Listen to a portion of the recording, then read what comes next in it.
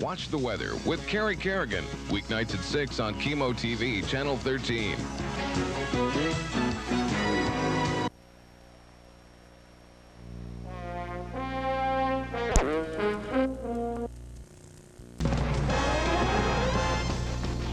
From the Anchorage Football Stadium, it's the ASAA First National Bank against the Eielson Ravens. Hi again, everybody. I'm Ken Garland, along with former Diamond High football coach Mike Topko and our own Greg Heister. And we are here for the one that means everything. And two teams, as you know, that have really worked very hard to get here. Mike Topko, what can you tell us about both Bartlett and Eielson? I think both teams are going to run the ball a lot. I don't think we're going to see very many balls in the air. I think the key to the whole thing is defensively and who can stop the run and then who can also make the big play. All right, Greg, the weather conditions, 35 degrees here at game time. Obviously overcast, some rain earlier. What are your feelings as far as how that will affect the game? Well, I don't think the weather is going to be a big problem here. Both coaches, I've already talked to them. They said that this really helps their type of football game. They both like to run it. We're going to see a lot of runs tackle to tackle, but I wouldn't be surprised if we do see the ball in the air a few times just to keep the defense honest. We'll see what happens. It's the Ravens from Eielson, of course, the Rail Bell champions against the Bartlett Golden Bears, who wrapped up the Cook Inlet Football Conference title. And when we come back, we're going to be talking to the two coaches, Gary Beller from Bartlett, along with Buck Nystrom from the Ravens. We'll have those interviews for you when we continue with our coverage of the ASAA First National Bank State High School Football Championship from the Anchorage Football Stadium along the Alaska Television Network. Everybody stand up and cheer. I'm Bob Greasy. And I'm Dick Vermeil. And we're here to add a little color to this college football promo. Because we're the color men on ABC's college football. And this is our biggest season ever. You'll see the best matchups from the Big Ten, Pac-10, and the CFA. You'll see the nation's top teams and those classic rivalries that make college football so colorful. So for the biggest game each Saturday, join us on KIMO TV, Channel 13. Okay, take your dividend and multiply by 3. That's around $2,700. You follow? Anchorage Nissan Jeep Eagle triples your dividend up to $2,700 on selected new Nissans, Jeeps, and Eagles. On 91 Jeep Cherokees, get a $2,700 dividend plus $1,500 cash back. That's $4,200. And Nissan regular bed 4x2 trucks start at $89.95. Bring in your dividend check or batch card and we'll triple it up to $2,700. Anchorage Nissan Jeep Eagle, triple your dividend. Don't answer the phone. Don't go near the window. Don't look in the basement. Never go in the attic or look under the bed. Forget the closet. The shower? No way. Because they're coming. Horror's greatest stars are coming to your house to honor Hollywood's creepiest creatures and their creators. Be here when A Nightmare on Elm Street's Robert Englund hosts the 2nd Annual Horror Hall of Fame. Get in the Halloween spirit Saturday, October 26th on KIMO Channel 13. Back at the Anchorage Football Stadium just ahead of the kickoff for today's ASAA First National Bank State High School Football Championship game. The Eielson Ravens against the Bartlett Golden Bears. And Eielson, as we mentioned, the Rain Belt Conference champions. That after a victory over Soldotna last week, 32-30 here at the Anchorage Football Stadium in the semifinal game. Eielson with a 7-win, 2-loss record coming into today's game. They are coached by Buck Nystrom, the winningest active coach in the state as far as high school coaches are concerned. He has 80 victories in his career. 17 years he has been at Eielson. He knows what winning is all about. And he talked with Greg Heister before the start of the game, or I should say a little bit earlier here today, as far as what to expect in this contest here this afternoon. All right, Ken, I'm here with the head coach of the Eielson Ravens, Buck Nystrom. Coach, let's first of all, I want to say congratulations for getting here, first of all. Thanks a lot. I appreciate it. It's an honor to be here. Okay, let's talk about the weather now. A lot of people will say that this is the type of weather that the game of football should be playing. Do you agree with that? Well, it's not totally uncomfortable, but I just soon have the sun shining. Have you had a chance to check out the field? Yeah, it's in great shape. It's a little wet. We practiced on it yesterday. It's a little wet, but equally for both sides. Okay, you know, I talked to the principal of Eielson, Larry Martin, a little bit earlier, and he told me that some of the players for Eielson might be wearing hiking boots today. Is that true? Not to my knowledge, but you never know. I haven't seen any. Okay, now you guys have played on turf before. Now, what against Bartlett earlier this year? First of all, let's talk about playing on turf. Is that any different for you guys? Yeah, it is. It puts a little different flavor to the game. I think speed accentuates itself, but kids enjoy it. It's a lot of fun to come down here, and it's kind of a treat for them. But with the field being wet, would that neutralize any of that speed? It might some. I think it has a tendency to do that. I think a team that can go north-south, the best can win the ball game. Okay, now I want to talk a little bit more about the field. The sidelines in this field are very wet. There's a lot of casual standing water. Is it safe to say that we're going to see a lot of tackle-to-tackle football today? Yeah, I don't think where the water's standing has anything to do with that. That's just our game, and we've got rubber ball with leather laces, and it works good in the water. Coach, we're going to see you throw the football today, though. Yeah, we are. We're going to come out with a series that'll probably raise some eyebrows. I don't know how long it'll last, but we're going to try it. Okay. You faced Bartlett once earlier this year. First of all, how has your football changed since that game? Well, we have a different team. 3 or 4 of the key players weren't there for that ball game, and I suppose Gary could say the same thing without Brian Jones. But we're a much more disciplined team. We're much more mature. We're on a thread or a bubble as far as depth, but the players that we have out there now are different and well drilled, well trained, and I think they'll play a better ball game. Okay. Thanks a lot, Coach. Yeah. Take care. Thanks, Coach. We'll see you. Good luck. Well, Greg, of course, referring to the game played earlier this season between Eielson and Bartlett, and in that game, it was the Golden Bears who came out on top. The final score was 20-12. Running back Dwayne Ingram of the Bartlett Golden Bears rushed for 200 yards and 3 touchdowns in that game. It was played on August the 23rd. So obviously, Mike Tomko, we know that Bartlett can rush the football. We know, of course, that Eielson can too. And we're going to talk about some of the players to watch in that backfield in just a moment. But first, let me put this question to you. What do you think Buck Nystrom was referring to when he said that he'd have some surprises here today? I think that Buck, you know, when I talked to him earlier, he said that he has to do some kind of creative sorts of things to keep Bartlett off balance. He can't just line up and try and pound it out with them because of depth reasons. Buck has to get some points on the board. He's got to do some things to keep the Bartlett people guessing. All right, if he passes, we are told, he will most likely do it on first down to try to set the tempo offensively for his ball club. So we'll see if they do come out throwing, the Ravens of Eielson. And again, we mentioned some of their players that you will want to watch. Joey Hillary, he's in the backfield, along with Dedrick Campbell and Tommy Powell. And these kids are outstanding. Hillary and Powell both having rushed for over 900 yards this season. I watched them last week against Soldotna, and both of those young men are very, very impressive in terms of running the football. As far as the Bartlett Golden Bears, of course, they are a very talented group, too. This past week, well, the all-conference team was selected for the Cook Inlet Football Conference. Bartlett doing quite well in placing several players on that all-conference team. And they, too, are rather explosive as far as their running backs are concerned. But look at this list of players. Brian Jones, he could very well be the key to this game, Mike, because of the fact that he did not play against Eielson earlier this year. Right, I think Brian Jones and Clyde Ellis are the 2 big players for Bartlett that need to get going. And, of course, you look at some of the other players. John Grant making the all-conference team for the 2nd time at his linebacker positions. Kenny Humphreys, the defensive back. Again, these are names that you're going to be hearing throughout the course of the afternoon. And Jeff Taylor, another one. So Jeff Taylor playing on that offensive line. We haven't talked too much about that offensive line. It's something we should refer to. It could very well come down to a battle of the trenches, as they say. Yeah, I think both teams have very impressive offensive lines. 240 pounds is the average weight tackle to tackle for Eielson, and Bartlett is not a whole lot smaller than that. Both teams up front, that's where the game's going to get won or lost, right there. And as far as the thoughts of head coach Gary Beller of the Bartlett Golden Bears, he shared those with Greg Heister. I'm with Coach Gary Beller now of the Bartlett Golden Bears. Coach, first of all, congratulations. Thank you very much. It's an honor to be here, and we've been excited about it all week, and it's finally here, and it's time to play. Let's get going. What about the weather, Coach? What sort of problems does this pose for you? Or does I really don't think it's going to pose any problem. The stadium turf is in good shape. The crews worked hard in getting it ready for us, and the weather's turned, halfway decent, so I don't think it's going to be a hindrance at all. Okay, we're going to see a lot of tackle-to-tackle football, aren't we? Yes, we are. Both Eielson and us run very similar offenses, and I think it's just going to be smash-mouth football at its best. Just see who's tougher.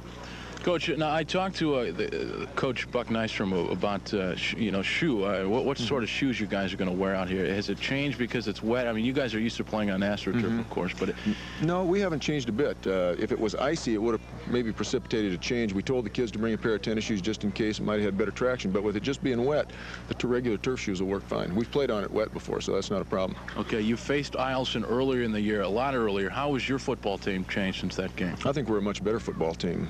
We've gotten better in all phases of the game, and we've made some personnel changes, moved some people around. And I think that we're playing better football now than we were when we first saw them. Okay, now there are different areas of this field that are a lot wetter than the other, like the sidelines. There's a lot of casual water. You've already said we're going to see a lot of tackle-to-tackle football. Is that we're going to see more of that now because of that reason, or is it just? Well, I don't think so. You know, our game plan, we run a lot of tackle-to-tackle, but we also run the option real well. So we're going to go outside. You know, like I say, it's just wet. It's not a real slick type of situation. The AstroTurf, even when it's wet, it's still got pretty good footing. So as long as it doesn't start freezing up later in the game, we'll be all right. Coach, are we going to see Bartlett throw the football? Hey, we'll throw it at least once. I promise you that. Okay. Thanks a lot. Gary Beller of the Bartlett Golden Bears. Back to you, Ken. Thank you. All right, now let's go back to Greg Heister, who's in the middle of the field for the coin flip.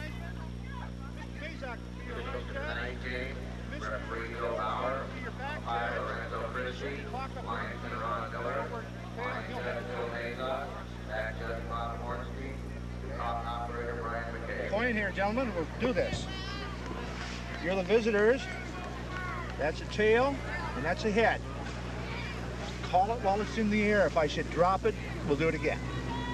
Heads. He calls heads. He calls. It is a head.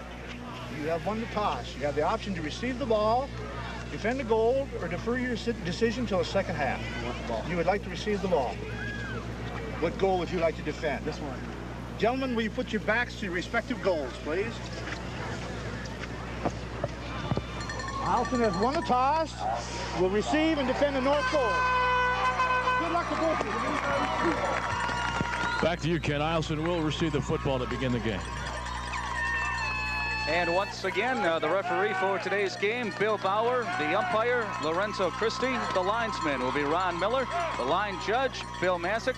The back judge, Bob Hornstein. So those are your officials for this championship game. And we are just about ready now for the player introductions as the two teams make their way to their respective end zones. How important is that coin flip, Mike Tomko? I think it's real important in terms of setting the original tempo of the football game. If Eielson can come out and jam that football down the field, you could see Bartlett start to get a little nervous. We're going to go down to the field now for the introduction of the starting lineups for today's game. And the First National Bank of Anchorage, we present the second annual state football championship between the Ravens of Eielson High School and the Golden Bears of Bartlett High School, which will represent the home team on the scoreboard.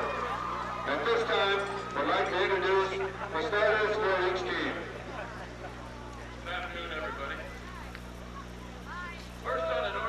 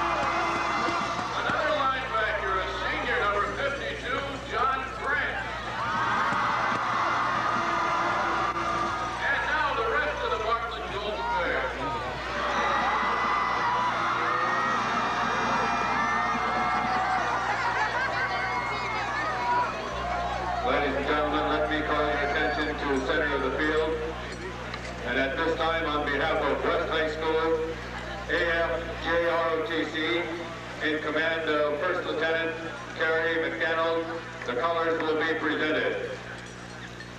Assisting in the Sabre team, Yoram Kadim, Ishmael Zabala, Mary Liberty, Ben Bader, Asa Aldabad, and the flags are carried by Todd Johnson, Willie King, Roy Nagenstein, John Lawrence, and Rodney Gale.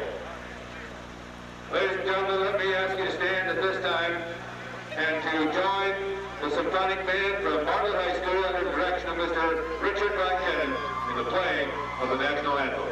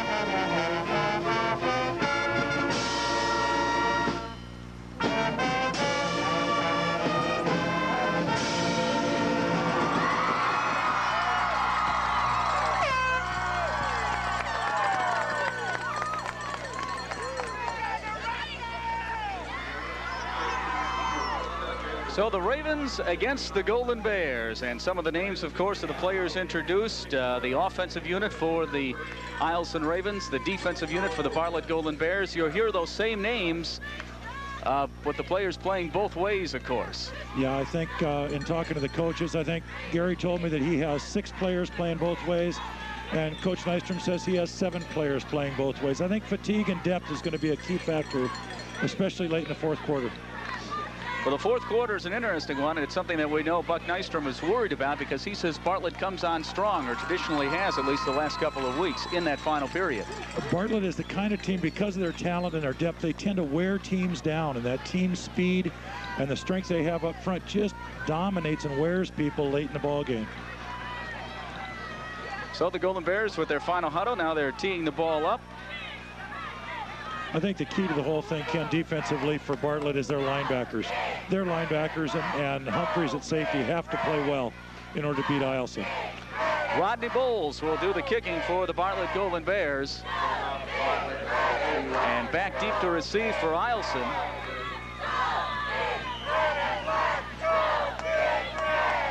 Trying to pick up the numbers for the Eielson Ravens. Back is Luke Baelish.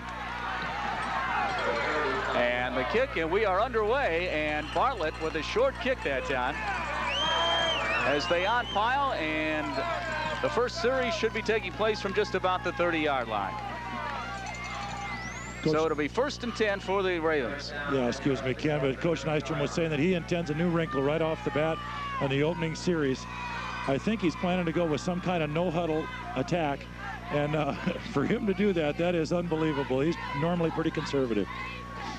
Well, it was something, of course, that he indicated to us last night that we might see here today, but obviously they have huddled on the first play from scrimmage. Danny Hill is your quarterback, and again, that backfield as they spread out now. We talked about those 3 backs, and we're going to go to the air right away, and it's intercepted on the first play of the game. It's picked off nicely by Ellis, and Ellis goes down the sideline. He may return this one all the way. It's going to be a touchdown for Bartlett.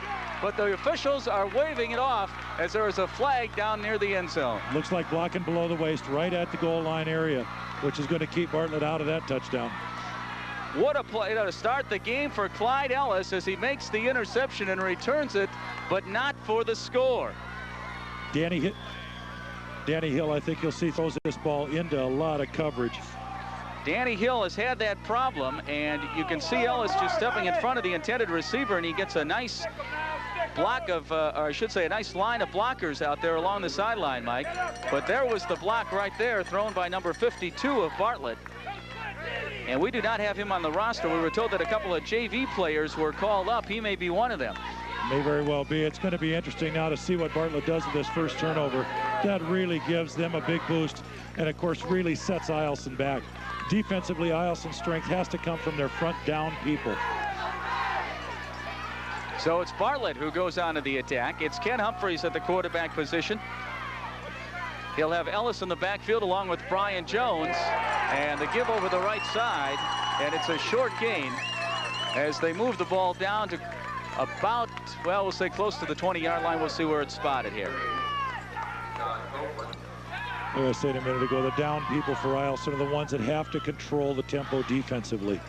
And with Bartlett, it's their linebackers that are the ones that they really count on to get the job done. Ball is spotted on the 18, where it'll be second down now. Just underway. Bartlett's first offensive possession here, the state high school championship football game. And Humphreys will pitch, and it's bobbled out there, picked up nicely by Jones, but he just did not have a chance, as defensively coming up to make the play was Dedrick Campbell. Boy, Bartlett should have a big confidence boost after that interception, but so far offensively, Eielson has just really taken it to him. It's a loss of 2 yards as we take another look at it. The ball will be on the 20-yard line. Bartlett likes to go with the option. They like to pitch, they like to sweep. And of course, the reason for that is to try to utilize the speed that they have on this team. But that one just didn't work out well. A bad pitch from Humphreys that time. And now it's third down. And another pitch again to the right side. It's Jones carrying. He gets around the corner and down the sideline before he's finally knocked out of bounds on the far side. And that may be enough for the first down. The quarterback pitched the ball a lot quicker that time, giving the back a chance to get upfield right away with it. He's inside the 5-yard line. It'll be first and goal for the Bears, and he gets to the outside. And once he does that, all he has to do is turn on that speed a little bit. And he ran out of room over there at about the 2. So it'll be first and goal. The ball actually spotted on the 3-yard line. The Golden Bears with the first real threat of the game. And a little movement on the line, to say the least, Mike. Boy, what a bunch of confusion. This is the kind of thing that'll really hurt Bartlett. They've got a great opportunity to seize the team momentum here, and they've got to stop these basic mistakes that take place a lot because of nerves and the things that are going on. Bartlett needs to get this in the hole right away. It looked like it was the right tackle who jumped that time. That offensive line, the tackles are Jeff Taylor and Devin Slinger, or Seedliger, I should say, with the guards, Jason Pollock. Tom O'Brien is at center. That's an adjustment. He was a guard, but he is playing center because of Preston Merrill, who was injured. Merrill, the starting center for the Golden Bears. And the give is straight ahead that time, and nothing doing at all.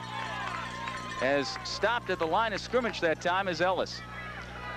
Those down people for Eielson, especially John Copeland at the nose guard. Those are the people that Bartlett's got to concentrate on creating some movement with. They've got to get those people off the line of scrimmage. So it's now third and goal, and the ball is at the 9-yard line. And Humphreys is going to the air looking for the slant pattern, and the pass is complete for the score and a touchdown. It is Rodney Bowles who makes the reception to give the Golden Bears a 6-0 lead. This is not the prettiest pass play, but it sure got the job done. It got him 6 points, and that's exactly what Bartlett had to do. Well, it looks like the ball was maybe just a little bit underthrown that time, as he didn't lead him quite as much as I don't think he should have, but he beat his man, did Bowles, and he was into the end zone, having gotten by the defender there, who was Henry Ching for the Eielson Ravens. And coming on to attempt the extra point is Brad Tyrer, and it's up and good to make it a 7-0 game. The Golden Bears are on the scoreboard. We have 9 minutes and 20 seconds to play here in the first period. Timeout is called. Bartlett is on top in the ASAA First National Bank State Championship game. And we'll be back with more right after this along the Alaska Television Network.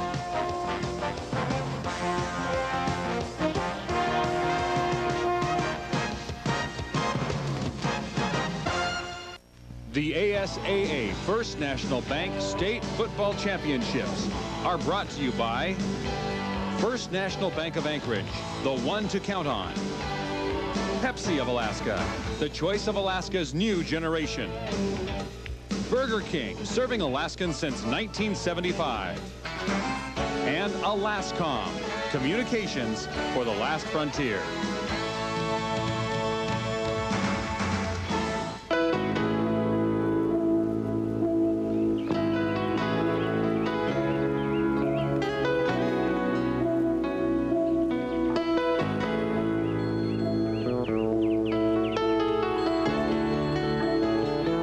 People and Places plan. For just $1.90 a month, you can choose the area code you call most and talk for 12 cents a minute, evenings, nights, and weekends. People and Places, only from Alascom. Back to our action here at the Anchorage Football Stadium, and the kickoff by the Bartlett Golden Bears, another squib kick that was fielded that time by the Eielson Ravens. And you saw leaving the field Greg Paul. He was the man who recovered it at about the 44-yard line. So it'll be excellent field position here for Eielson. They'll have a 1st and 10. And it's interesting to see Bartlett use that squib kick both in the opening kickoff and now again, Mike. Well, I think they're trying to avoid any kind of a long run back situation. And Eielson does have some good speed deep. So, you know, they just kick it short and let it roll around and squib around out there on the turf, and maybe something will happen for him. Number 46 there in the middle of your screen is Sean Davis. He's a senior who was tended to momentarily there. He appears to be all right. Shaken up just slightly on the play. 7-0 Bartlett. 9:05 left in the first period, and Eielson with its second offensive series. And there's that full backfield as they give it that time on the sweep to the left side. And it's Tommy Powell carrying before he's knocked out of bounds after a short gain. I think you'll see Coach Nystrom kind of do away with some of the tricks and wrinkles now and just settle down and try and get his kids to just relax, get used to the fact that they're playing for a state championship, and just play good, solid football that they know how to play. Gain of 1 for Powell. It'll be 2nd down and 9 with the ball spotted at the 44-yard line. And a fumbled snap that time, and diving for the ball, trying to recover it, the quarterback Danny Hill, and he did come up with it, but they'll lose some yardage on the play. I do think some of the mistakes have to do with the weather and the slick ball. And a lot of it also, I think, has to just do with nerves. This is a very exciting time for high school athletes to be involved in a state championship with television and everything going on around them. These kids from Eielson only have a school of 350 kids or so.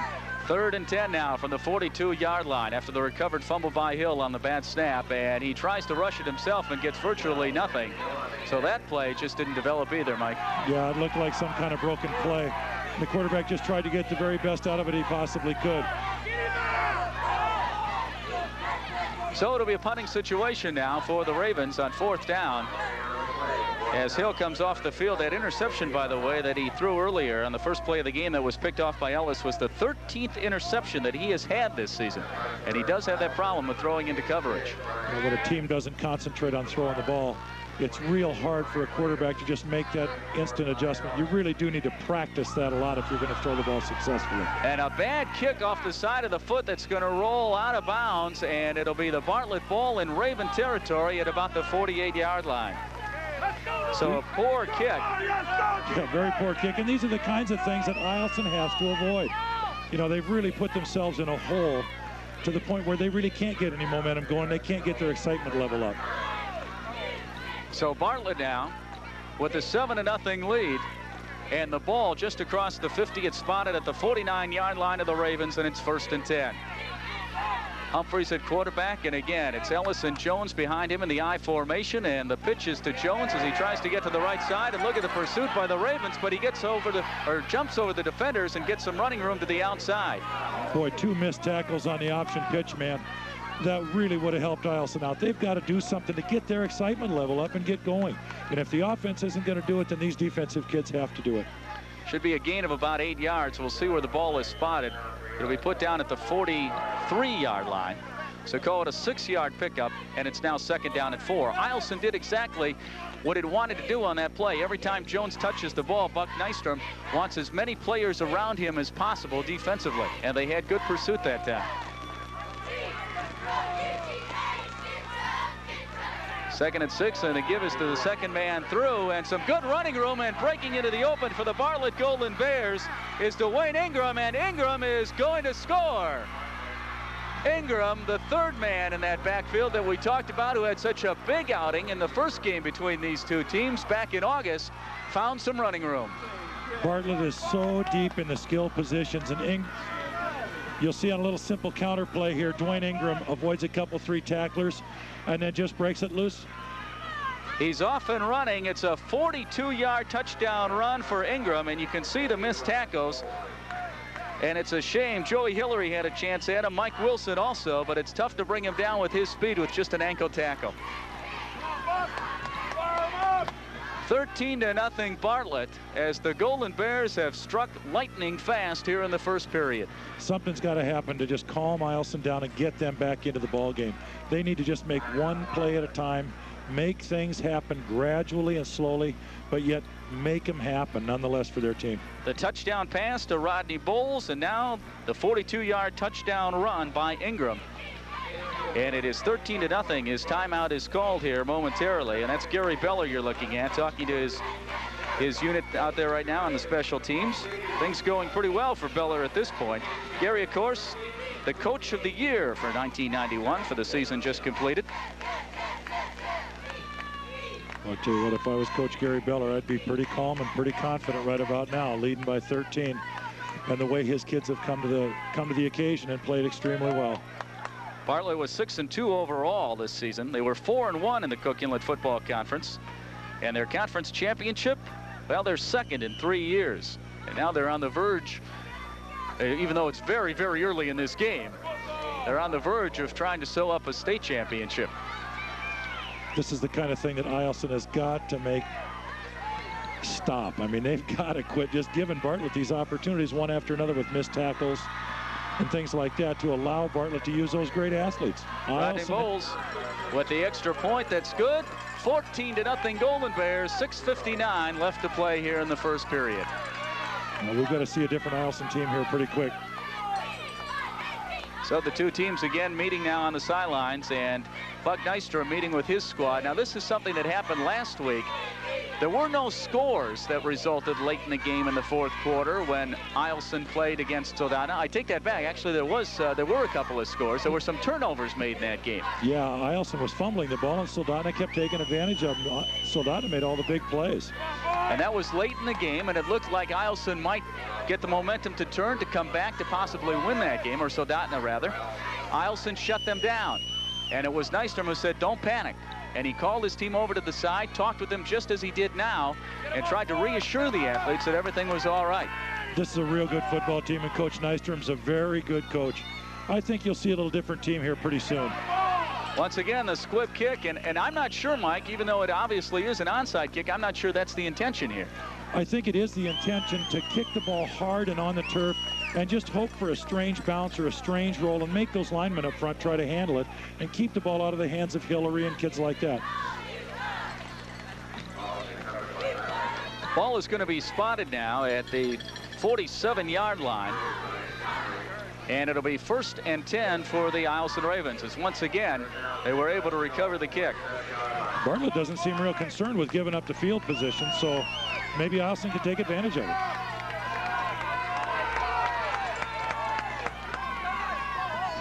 Hill takes the snap, and again it's right up the middle, and that's Raven football. That is Coach Nystrom Raven football right there. Carrying that time was Joey Hillary. Hillary 5'9", 165 pounds. 957 yards this season for Hillary, including 253 in a game against North Pole. And that 957, you may have guessed, is a single season record for the school.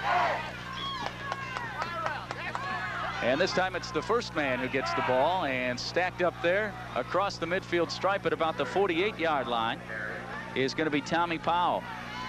Okay, again, real basic play selection, just going straight ahead, trying to utilize those big, strong linemen and get something established. They need a first down. They need to do something that's positive for these kids right now. 3rd down, and we'll call it a long 5. Looks like we have an equipment problem here on the Bartlett team. With a little assistance there by Mr. Christie, the official. The officials doing the best job that they can after every play of wiping that ball off. Make no mistake about it, there's plenty of water on the field. You bet. The field might seem good to the coaches, but it is plenty damp.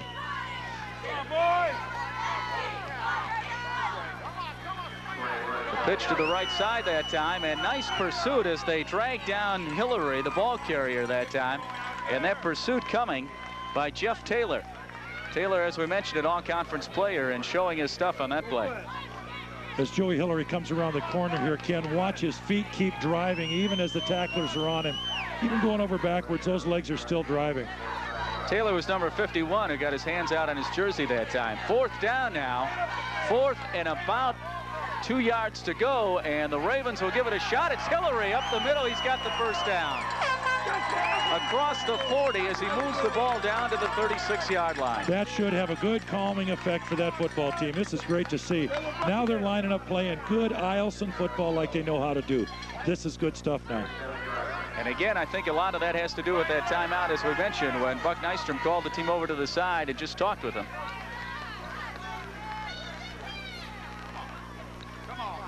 First man this time, and the give to number 30, Tommy Powell, as he gets across the 35 down to about the 33-yard line.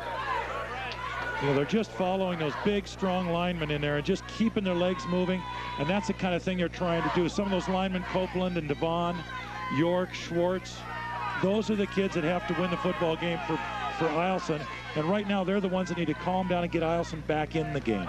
Copeland, 280 pounds. Devon, 245 pounds. Gary Beller said one of the things he's concerned about, the size of that offensive line.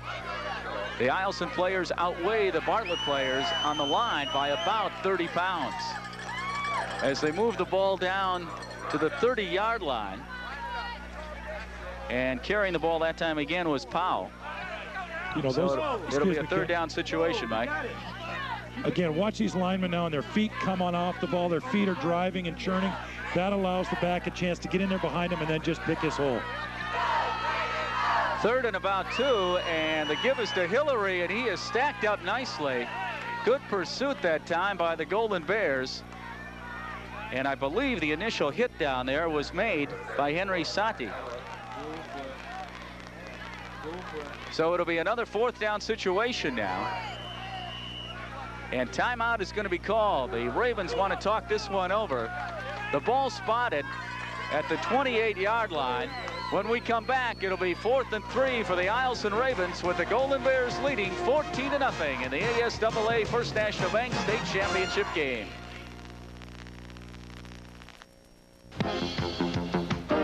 A winning moment, a key basket, the excitement of high school sports. You'll look great in officially licensed Alaska action wear. T-shirts, hats, warm-ups, a whole line of colorful custom-designed quality items created for the high school sports fan. To order, call toll-free 1-800-735-9177 and ask for a free color catalog. Part of each sale benefits the Alaska School Activities Association. Join the winning team. It's not my birthday. It's not Mother's Day. Why do I deserve this? It was free, Mom. Now come to Burger King and get a frosted Coca-Cola glass free. All you have to do is buy a great-tasting BK broiler combo or any large sandwich combo. If we come back for dinner, I'll have a set of 12. Those are from my Aunt Rose. I know. So hurry to Burger King and get a collectible Coca-Cola glass free before we run out. What you are looking at is the end result of the 4th down and 3 play, and once again it was a bad snap from center, bobbled that time by Danny Hill, the quarterback. He recovered. However, it will be Bartlett ball. There is no gain on the play, and again, Mike, I think just a slippery football. I think it is just a slippery football. The center appeared to get it up there real well. You know, when you're excited and you know you've got to make the 1 yard, the quarterback sometimes tends to step out of there, pull his hands out just a little. Brian Lee is the center for the Eielson Ravens, and again, it appeared that he was doing his job. Here comes Jones as he's going to go to the right side. He's got some running room. He's up to the 40. Jones to midfield, one man to beat, and he will not get him. Robbie Wheeler missed the tackle. Jones is gone. Another long touchdown run, and it's Bartlett 20-0. Oh, boy. Does Bartlett have some talented backs to get out there around the corner and make it happen, or what? A 72-yard run And Brian Jones is the man who did it. Once he breaks the perimeter, Ken, he is gone. An interesting point about Jones made by Buck Nystrom last night. Again, he did not play in the first game between these two teams on August 23rd here at the football stadium. Nystrom told me if he gets anywhere between 150 to 200 yards, the Ravens will not win this football game. He got 72 right there. He's well on his way. He is a very dominating force for this Bartlett team. And when I was talking to Coach Beller last night on the phone, he said he's one of the kids that has to play well in order for Bartlett to do it on a day. Bowles' kick is good on the extra point. It's 21-0 and 103 yards on the afternoon already for Brian Jones. I think a lot of it has to do with getting to the outside perimeter. As we see it again, you'll see Brian Jones get out around the corner with a good pair of lead blocks there. The block by Ellis. He is gone. The block by Ellis was a pretty one. You betcha. He took the linebacker out and allowed Jones to get to the outside, and from then on it was just a foot race down the sideline. You know, another thing that was interesting in my conversation with Coach Beller last night, he said of all the years he's coached, this group of Bartlett players has the best, I guess team chemistry is the right thing to say. They really play well as a group. They kind of feed off of each other. There's no real selfish egos that get involved. And boy, from the looks of those blocks, he was very accurate. We'll see what the Golden Bears do here now. Again, every kickoff up to this point, there have been 3, and they have been squibbed. And once again, it's the same thing as it's drilled up the middle, fielded there and brought back to about the 40-yard line. That kick probably the longest one that we've seen so far, Mike.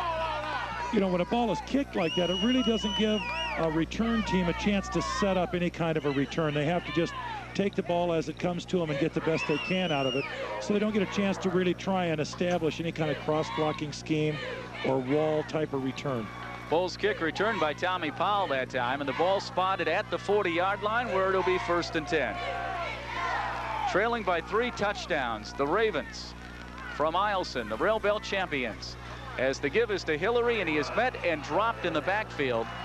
Nice pursuit that time by the Golden Bears. The real difficult part for a team that concentrates on the run is, okay, now they're playing from behind by 3 touchdowns. Now they've got to start thinking about going to things that they don't normally do well, like throw the ball.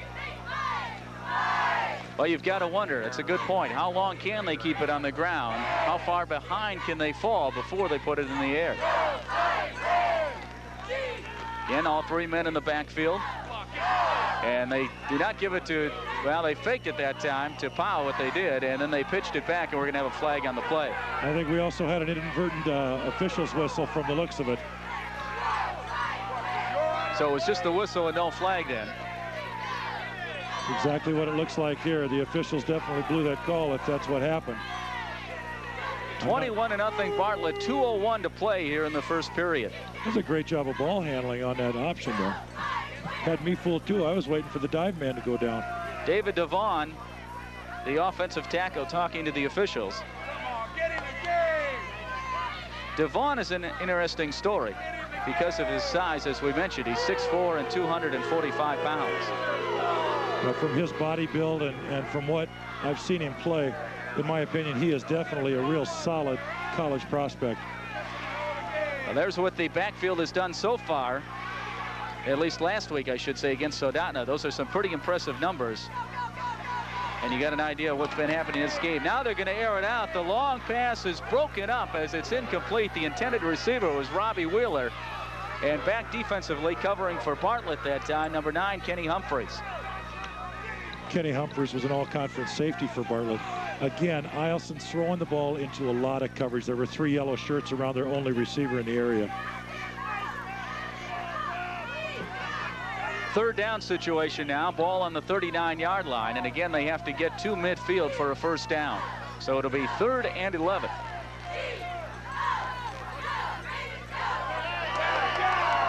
And some problems there. The man in motion was Dedrick Campbell, and flags fly on the play.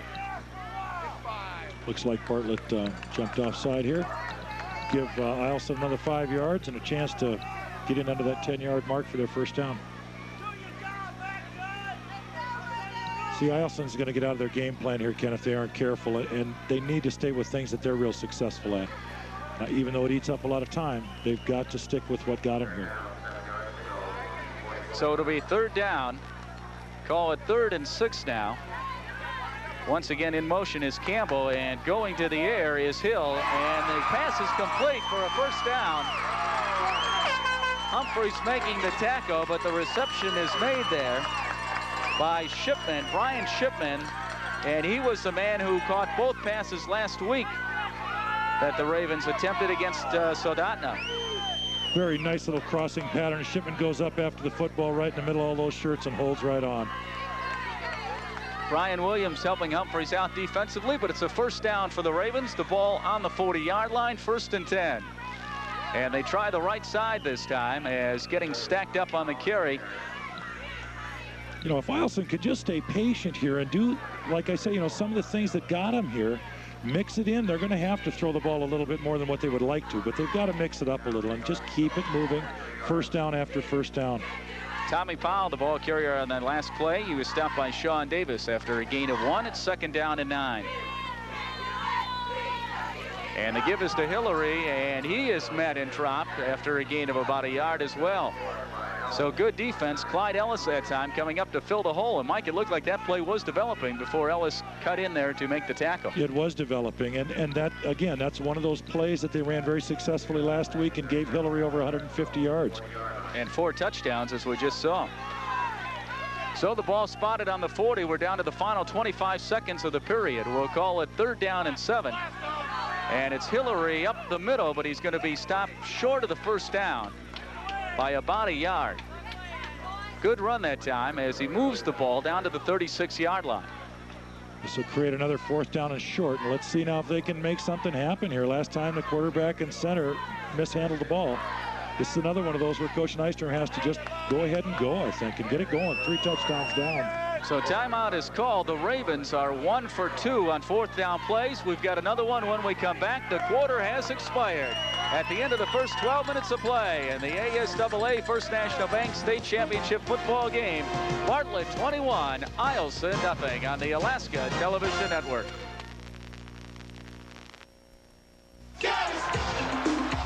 MC Hammer, rap star and Pepsi drinker. Well, today, we secretly replaced his Pepsi with Coke.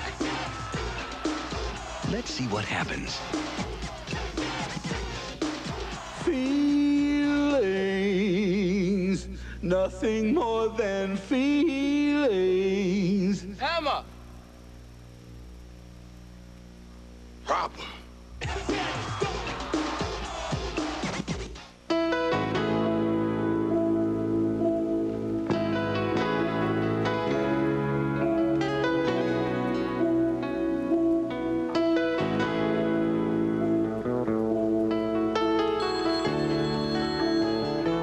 People and Places plan. For just $1.90 a month, you can choose the area code you call most and talk for 12 cents a minute, evenings, nights, and weekends.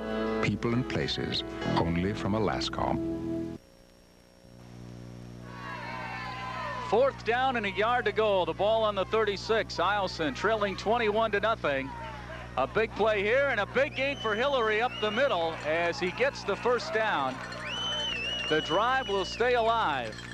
And the tackle in there being made for Bartlett by Brian Williams. So it'll be 1st and 10 as the ball is spotted now at the 36-yard line. This is just a real simple counterplay to Joey Hillary, and that line does their job. He is a very impressive back to me, Ken. Look how he moves those legs, constantly going. 1st and 10. The Ravens need to sustain this drive, and they need a touchdown. They're going to go to the air as Hill puts it up, and it's broken up that time. And that's Brian Jones, who reached back to knock the ball away. Greg Heister down on the sidelines. Can you get a feel for what's being told to these Eielson players by Coach Nystrom? Okay, very simply to stay cool. I mean, you know, it's 21-0 now, but there's a lot of football left in this game. We've got 3 quarters. They scored 21 points in 1 quarter of play. You can certainly score 21 more to tie the football game in 3. So stay calm. Too much time left here to get too worried about it. 11 minutes and 30 seconds to play here in the first half. Second down, and the pitch as they give it into the backfield to Campbell. He's got some running room to the outside, and he's finally going to be knocked out of bounds. So Dedrick Campbell showing some nice moves that time, Mike, kind of knifing through the line to get to the outside. Good option play. Nice ball handling by the quarterback from Eielson. He's doing just a real good job of handling the ball. It's nice to... you'll see a good block, I think, here downfield also.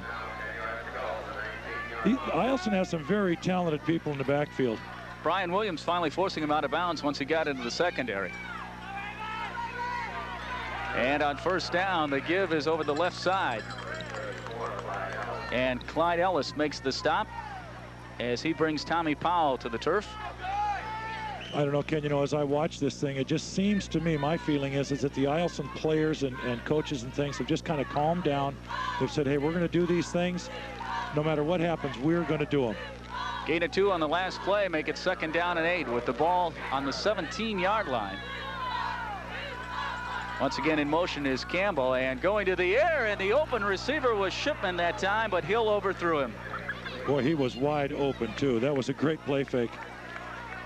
Shipman is 6'3", and this ball is just a little too high for him to pull down. A simple little dive fake, and then he looks for that tight end, and there he is. Just a shade overthrown, or that is 6 big ones.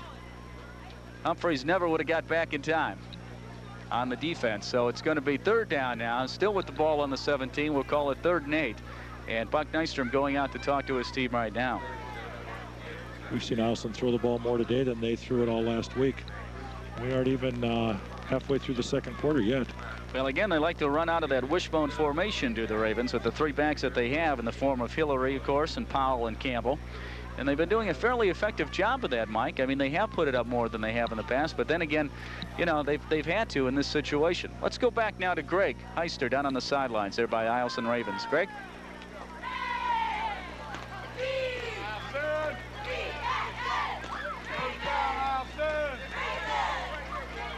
All right, apparently we're not getting Greg's audio as Nystrom comes back to the sideline now. And you saw there his 80 wins make him just 1 shy of the state record held by an old friend of yours, Mike, Bob Dorado. Yeah, Coach Dorado's record is getting ready to get tied here. Coach Dorado coached my younger brothers and so forth, and I've coached against him, and he's really an interesting man. David Buck Nystrom, 50 years old, the head man of the Eielson Ravens. They've even named the field after him up in Eielson. And the give this time over the left side, and carrying on the play is going to be Tommy Powell. A short gain. It was 3rd and 7.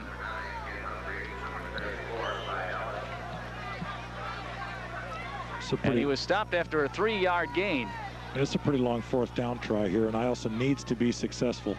4th and 4 right now for the Ravens with 10 minutes and 20 seconds to play here in the first half.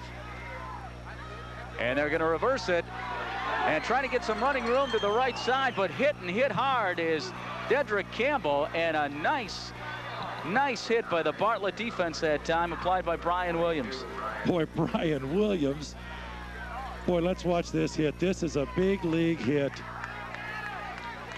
Eielson trying for a little double reverse. And as he cuts upfield, the lights go out. This is a dandy.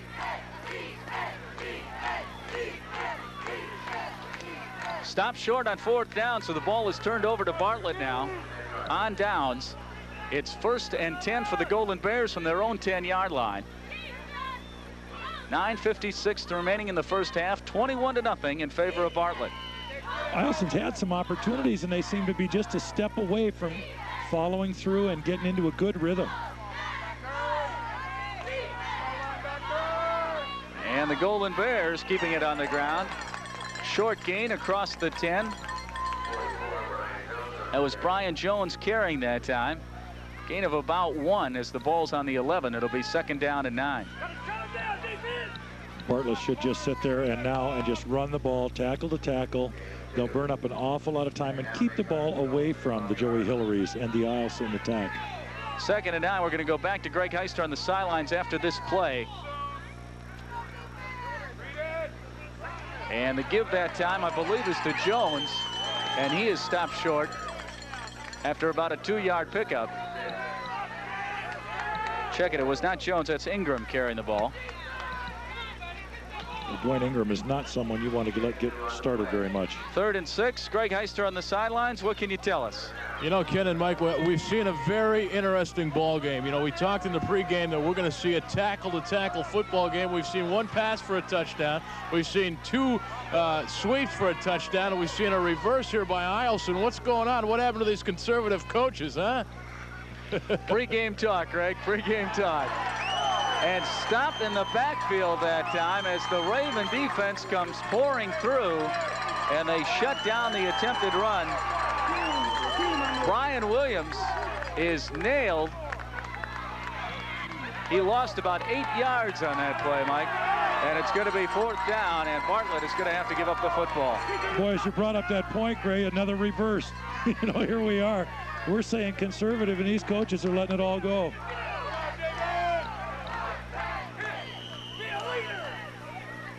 And timeout being called now by the Bartlett Golden Bears. Exactly 8 minutes to play in the first half of our championship game. The score, the Golden Bears of Bartlett 21, the Ravens of Eielson nothing along the Alaska Television Network.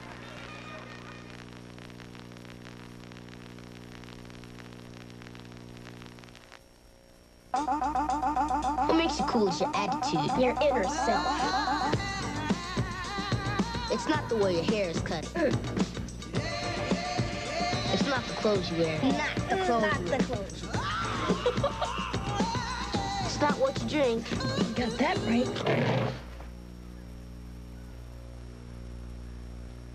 You got Pepsi for me? Who knew?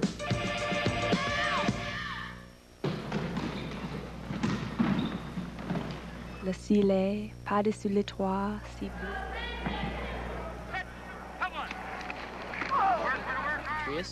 And what is more than all these boasts can be?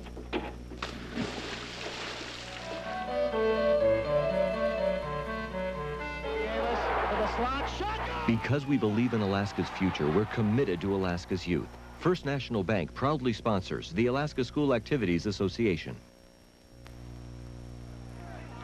Brian Williams getting the punt away for the Golden Bears here as we're back at the Anchorage Football Stadium, and the ball is going to come to a stop after a roll at about the 38-yard line. So good field position once again for the Ravens as they will take over. And they are 38 yards away from the end zone here, trailing 21-0.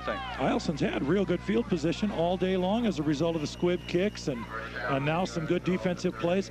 But they just aren't taking advantage, Ken, by being consistent and getting a first down and then another one and doing some things. Little mistakes, and like I said, that half step. They're just a half a step away.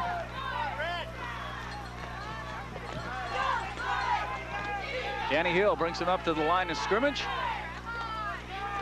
Again, the I formation in the backfield. They fake it to Hillary, and they're going to go to the air, and the pass complete over the middle. And Shipman that time is dragged down by almost the entire defensive backfield of the Golden Bears.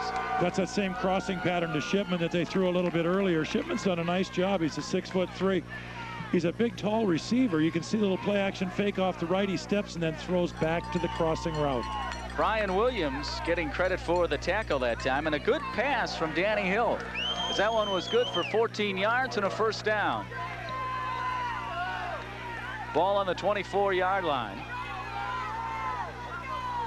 And the give to the second man through that time, and that's going to be Hillary, and Hillary will move the ball down inside or near the 20. That little reverse step counter thing they have there going to Hillary has been by far their most successful running play of the day. Pickup of 7 that time. Second down and 3. The ball spotted on the 18. An impressive-looking drive so far for the Ravens, but stopped at the line of scrimmage that time is Powell. Eielson needs to have a lot of 2nd and 3s, 2nd and 2s, that kind of thing. Their first down production has got to improve. And they've also gotten themselves in a position to go a lot on 4th down. Those things have to happen for them. Ball at the 19. We'll call it about 3rd and 5. As we approach the 6-minute mark here in the first half. And the give off the left side that time is to Tommy Powell for a short gain, 1, maybe 2 yards at the most that time. Oh, here we are again, another 4th down situation. Eielson does a good job from what we've seen here on this drive anyhow on first down, but nothing they got to convert down the last couple of downs. Ball is spotted on the 16.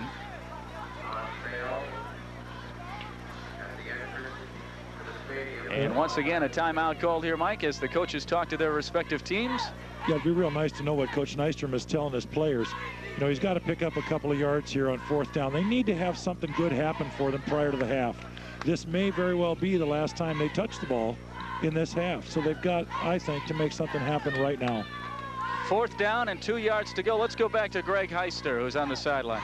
Hey, Ken and Mike, you know, this is a very important play in this football game right now. If they can get a first down, maybe punch it in here, go into halftime down 21-7. If they don't score here, they're going to have a problem in the second half scoring enough points because of the big momentum. Momentum is starting to change sides here, but Eielson has to keep it going. This is very important for him. 4th and 2.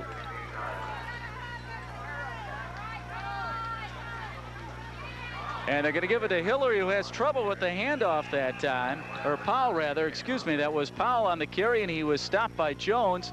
Stopped short of that first down, I believe. This is a close one. We're going to have a measurement. They're going to take an official timeout here and bring the chains in. I agree with you, Greg. I think this is a real important play, and we'll just see if this measurement will help out Eielson a little bit. We'll take another look at it, and actually, I'll tell you, Powell did a nice job here. The handoff was not clean, so he made the best he could out of this play, and he did a good job of it. As the ball pops out here, he recovers it and does not get enough for the first down. So the ball will go over to the Golden Bears. Well, Eielson has just been that far away all day long from being right in this thing. You know, Bartlett got a couple of breaks early, and that's why we have 21 points on the board. But Eielson has not played that poorly overall, except for the big mistake. Couple of long runs, and that's one thing that Coach Buck Nystrom did not want to see happen. He did not want to see those backs like Ingram and Jones take off on the big plays, on the long runs that they have here this afternoon.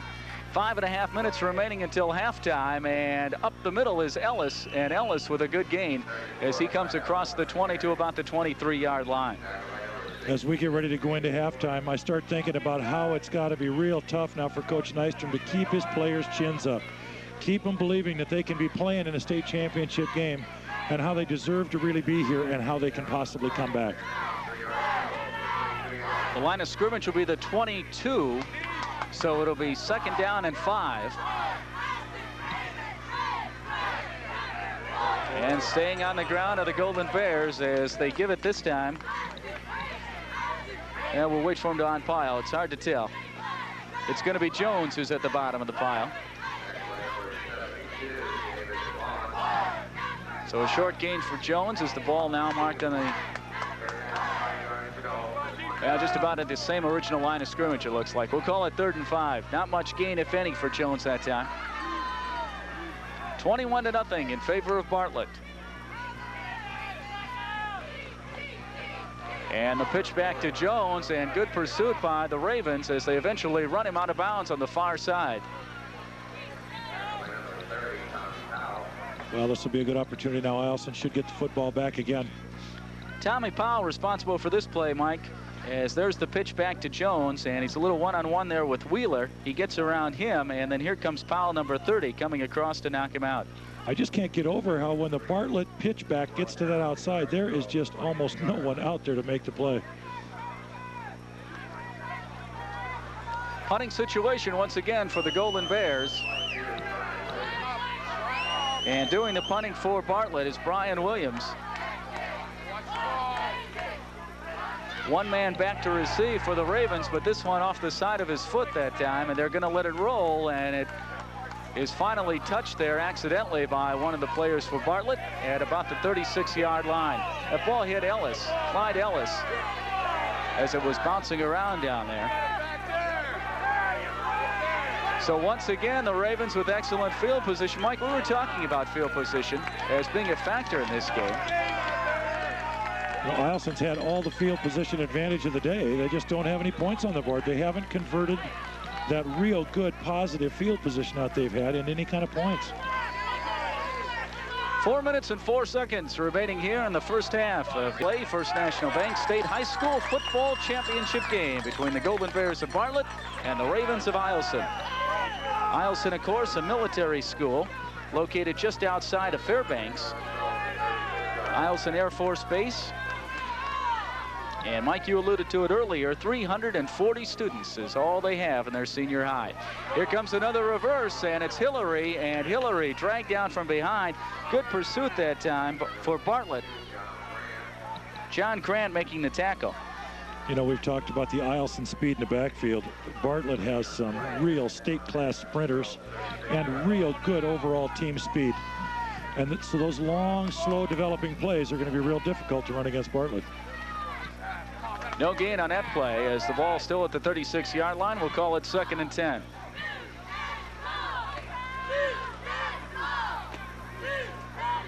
And going to the air once again, and right into the hands that time of Brian Williams. And Williams is off to the races down the sidelines. Touchdown, Bartlett. And nothing is going right for the Ravens here this afternoon. Danny Hill threw that right into a yellow shirt. I think if we see a replay, we'll see that there were nothing but yellow shirts there. It's a 69-yard return for the touchdown of the interception, and look at Williams. Shipman got held up on the line of scrimmage, and Danny just threw the ball out there where he thought he was going to be. Instead, he got a yellow shirt. Hillary was the only one who had a chance at him.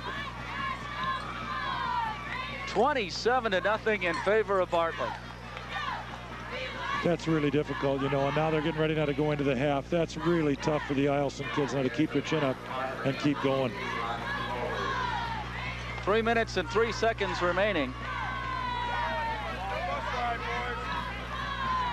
And we'll have the extra point attempt coming. It's a 28-0 ball game. Well, it's wide. It was not good. The kick sailed wide, so it's 27-0 in favor of Bartlett with 3:03 to play. That's an awful lot of points for a team to try and come back in the second half and make up. You know, all right, let's go back down to Greg Heister, who's on the sidelines of the Eielson Ravens. Greg? You know, Ken and Mike, so often games of this magnitude are won with big plays, just like you just saw. But more importantly, they're lost by the lack of composure on a football team, and that's exactly what's happening to Eielson right now. They've got to regain their composure. I mean, there's still a half of football left. They're down 27 points, but come on, we've all seen bigger leads than this not hold up. Yeah, exactly, and I think that's what you'll see the emphasis at halftime by Coach Nystrom and his coaches is telling the kids to go one play at a time, do one thing perfect, one thing correct, go back, huddle up, come out and do it again.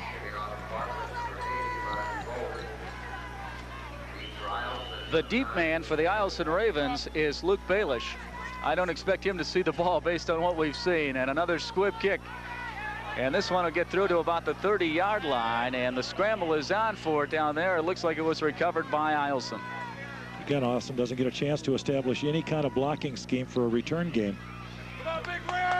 Mike Barnes coming out of the pile with the football. Barnes, number 7 there. Well, this is about as poor a field position as what Eielson's had to start out with now on their own 30-yard line. You know, part of that field position thing, though, also is Bartlett has played great defense. You know, let's face it. I mean, Eielson has been beaten at their game, which is to run the football. 27-0 with 2:45 to play in the first half. And the Ravens will keep it on the ground as Powell is dragged down. The tackle made over there for Bartlett by Brian Williams. Williams having a very active game defensively.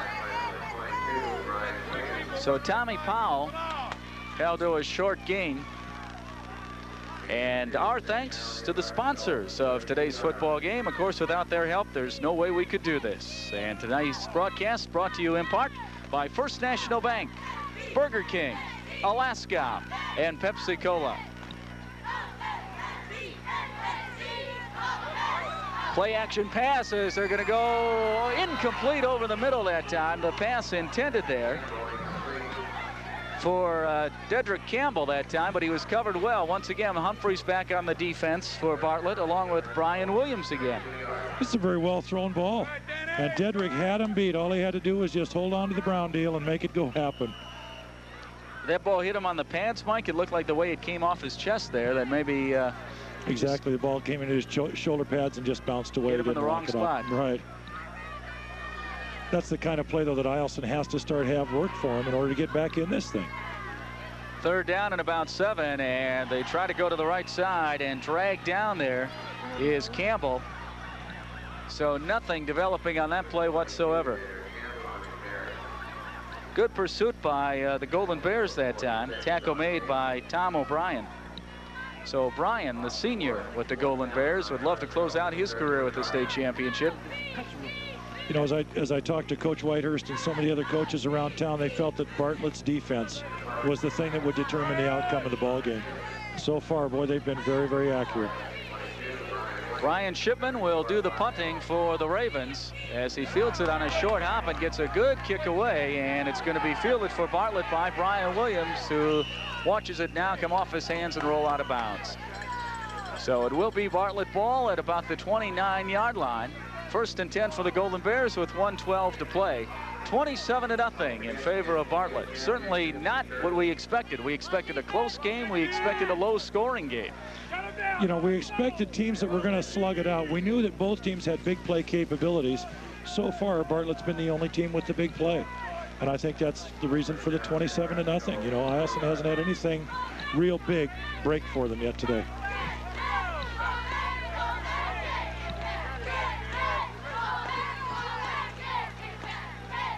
Humphreys with the pitch back to Jones, and he is met in the backfield by Shipman. Brian Shipman knifing through and stopping Jones for a loss of about 3 yards. Brian Shipman's made a couple of nice catches offensively, and now he shows us his defensive wares. Nice job. Actually, it was a loss of even more than that. Call it a loss of about 7. So the ball spotted on the 23. It'll be 2nd down now and 17 as we have 40 seconds to go here in the first half. Coach Beller can just sit on a couple of running plays here, go into the locker room and kind of regroup everything. As they will run out the clock, and the give to Dwayne Ingram, and Ingram with a nice hole on the left side as he moves the ball back up to near the 30-yard line. So that'll bring it back to about the original line of scrimmage. We'll call it 3rd and 10. And we've got just 10 seconds to play as the clock will run out. And the first half will come to an end here at the Anchorage Football Stadium. It's halftime of the ASAA First National Bank State High School Football Championship game with the score, the Bartlett Golden Bears 27, the Eielson Ravens nothing. We'll be back with our halftime programming along the Alaska Television Network. Don't answer the phone. Don't go near the window. Don't look in the basement. Never go in the attic or look under the bed. Forget the closet. The shower? No way. Because they're coming. Horror's greatest stars are coming to your house to honor Hollywood's creepiest creatures and their creators. Be here when A Nightmare on Elm Street's Robert Englund hosts the 2nd annual Horror Hall of Fame. Get in the Halloween spirit Saturday, October 26th on KIMO Channel 13. Le ciel par-dessus les toits, si bleu.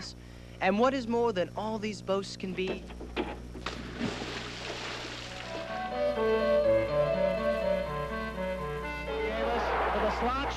Because we believe in Alaska's future, we're committed to Alaska's youth. First National Bank proudly sponsors the Alaska School Activities Association. A winning moment, a key basket, the excitement of high school sports. You'll look great in officially licensed Alaska actionwear. T-shirts, hats, warm-ups, a whole line of colorful custom-designed quality items created for the high school sports fan. To order, call toll-free 1-800-735-9177 and ask for a free color catalog. Part of each sale benefits the Alaska School Activities Association. Join the winning team. The ASAA First National Bank State Football Championships are brought to you by First National Bank of Anchorage, the one to count on. Pepsi of Alaska, the choice of Alaska's new generation. Burger King, serving Alaskans since 1975. And Alascom, communications for the last frontier.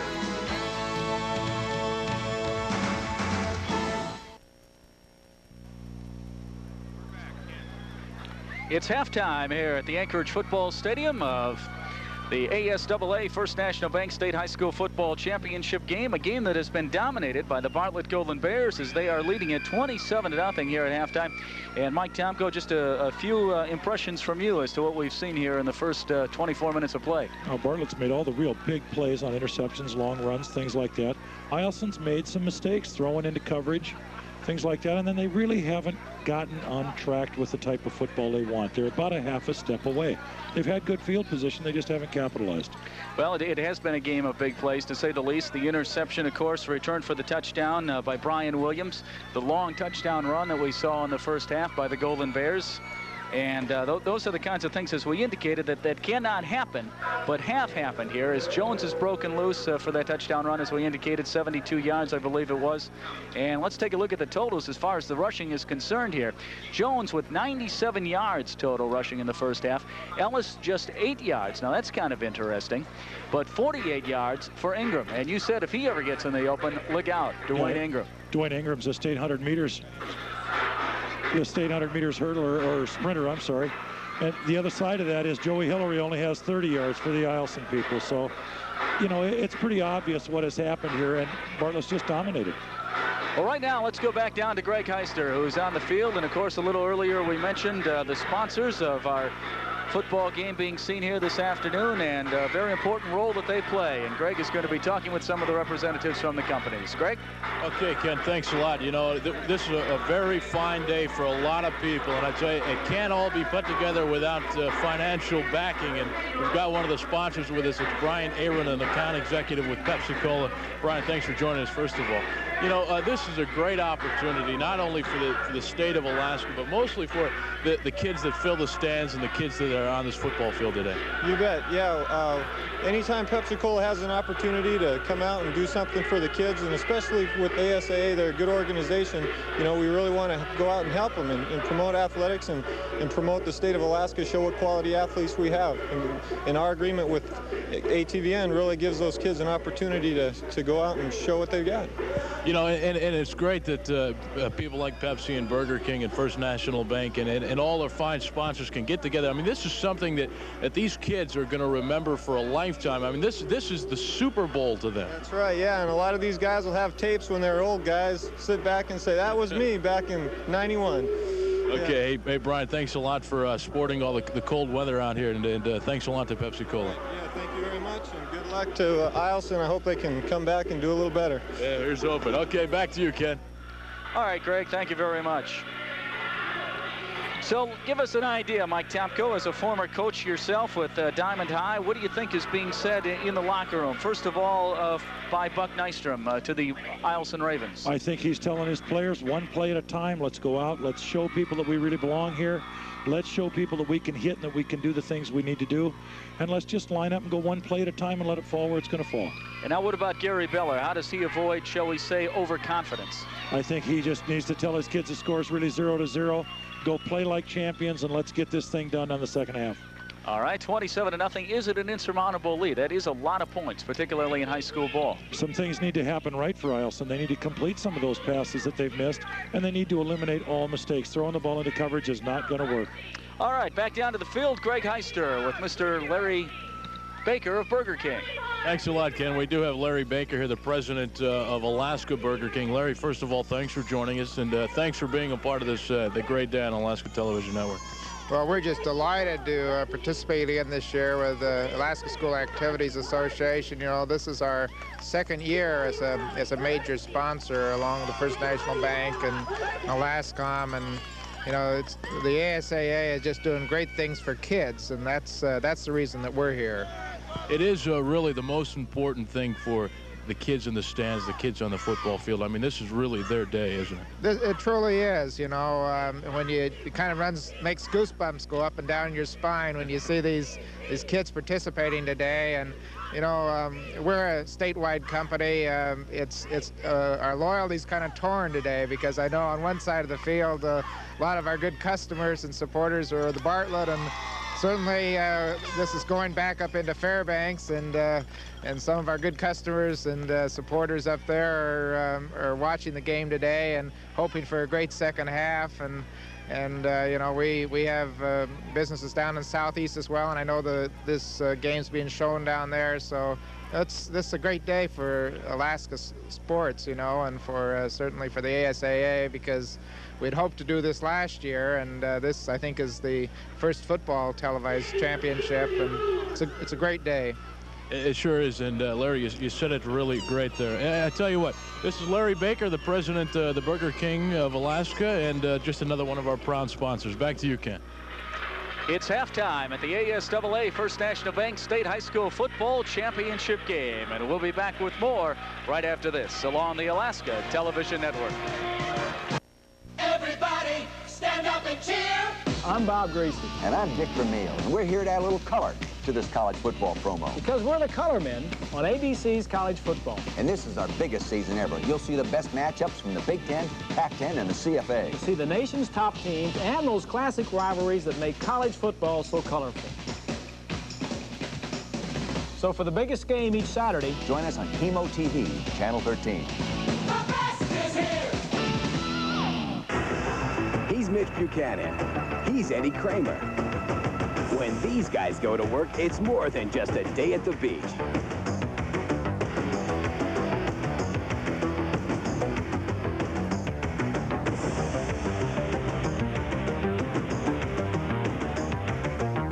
David Hasselhoff and Billy Warlock return in all new episodes of Baywatch. Baywatch, Saturday nights at 7, only on KIMO Channel 13. Presenting a brand new family comedy with a very old family. Meet Earl Sinclair. Fran, I'm home. I'm hungry. Just an average guy. I'm stuck in the door again. With a wife. Do you love me? I just got home. Here's my report card. I'll see you around the swamp. Kids. I'm the baby. Gotta love me. And an attitude. I say this with all love and everything, but I don't give a damn about your day. Dinosaurs. Join us right here on KIMO 13, the spirit of Alaska. You're looking at some of the halftime activities here at the Anchorage Football Stadium, and Greg Heister has another interview for us now from the field. Greg? Okay, Ken, I sure do. It's Mr. Jay Page, the Vice President of First National Bank here in Anchorage. Sir, thanks for joining us and being a part of this great day. You bet. First National is very proud to be a major sponsor of Alaska school activities, because we think that these kids are learning things out here in the football field, in band class, and in the debate team, that you can't teach them, you know, in a classroom. So we think that these activities are extremely important for kids. You know, these activities are very important, but the ASAA is not just athletics. It is about education, too. That's right. And it's, like I said before, debating team, band, chorus, just a whole array of activities that kids really need. And, you know, if we didn't have the ASAA or these high school activities, kids would be finding other things to do, and unfortunately, a lot of those things aren't very healthful. Can you speak a little bit about, I know you were a young guy at one time, too. For these kids on this football field, these kids in these stands, this is a wonderful day for them, and this is something that they'll remember for a lifetime. It certainly will. You know, when I stand here on the sidelines and look out on the field, you can't help but remember back in the days that you were doing it, too. And, you know, all too soon your high school's over with, and, you know, you'll think back on these days as probably some of the best days you've ever had. Okay, Ken, Jay Page, the Vice President at First National Bank here in Anchorage, another sponsor. Back to you, buddy. 27-0 is our halftime score. The Ravens are down, but they're not out. 4 big plays have made the difference in this game. We'll come back and take a look at the highlights of the first half when we continue with more of our coverage of the ASAA First National Bank State High School Football Championship game.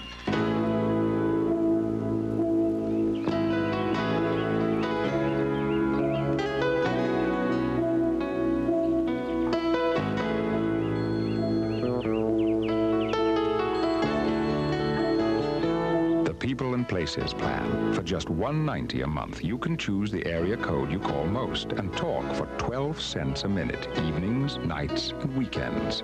People and Places, only from Alascom. Yonder comes some outdoorsmen. So, up by the river. On them tires? Don't worry.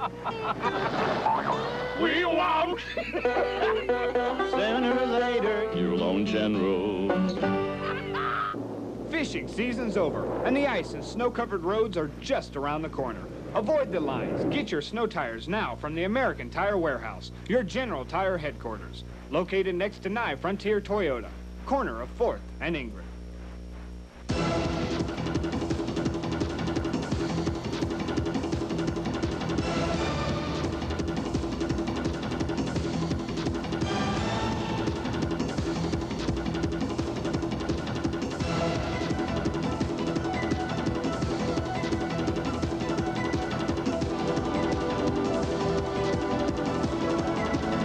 Emergency call, Saturday nights at 6:30, right here on KIMO Channel 13.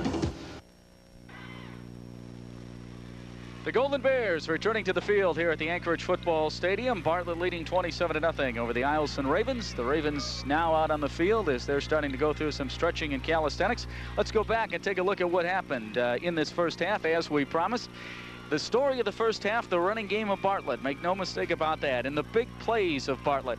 And the man to keep an eye on here is number 20. And, well, actually, this is going to be the pass into the end zone. That's correct. Okay. This is the first score of the game, and it's Rodney Bowles taking in the touchdown pass.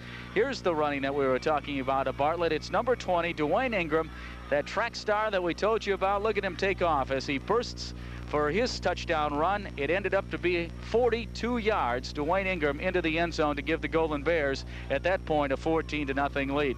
But there was more to come, and even a bigger play. This time, it was Jones. Brian Jones, who did not play against the Ravens the first time on August the 23rd, gets to the outside, and down the sidelines he goes.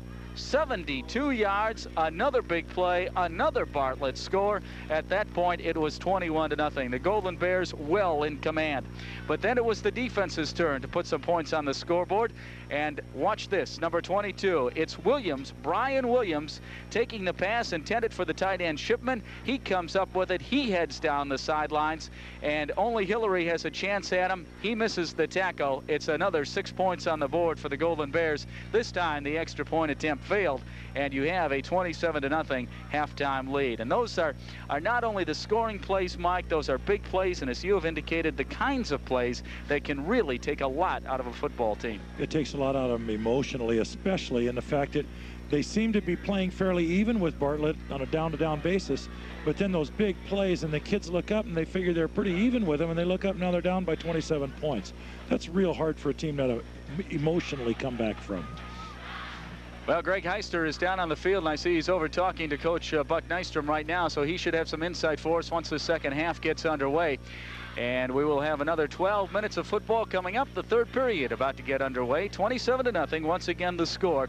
And the Golden Bears have been most impressive, but I'm not sure that they really even expected things to go this way, Mike. I don't think they really did. I know Coach Beller was real concerned about Eielson being so explosive and getting out ahead of him and controlling the football. He told me that he had to stop Eielson from controlling it. They've done that, you know, but I don't know that Coach Beller has expected himself and his team to make the big play quite as well as what they have.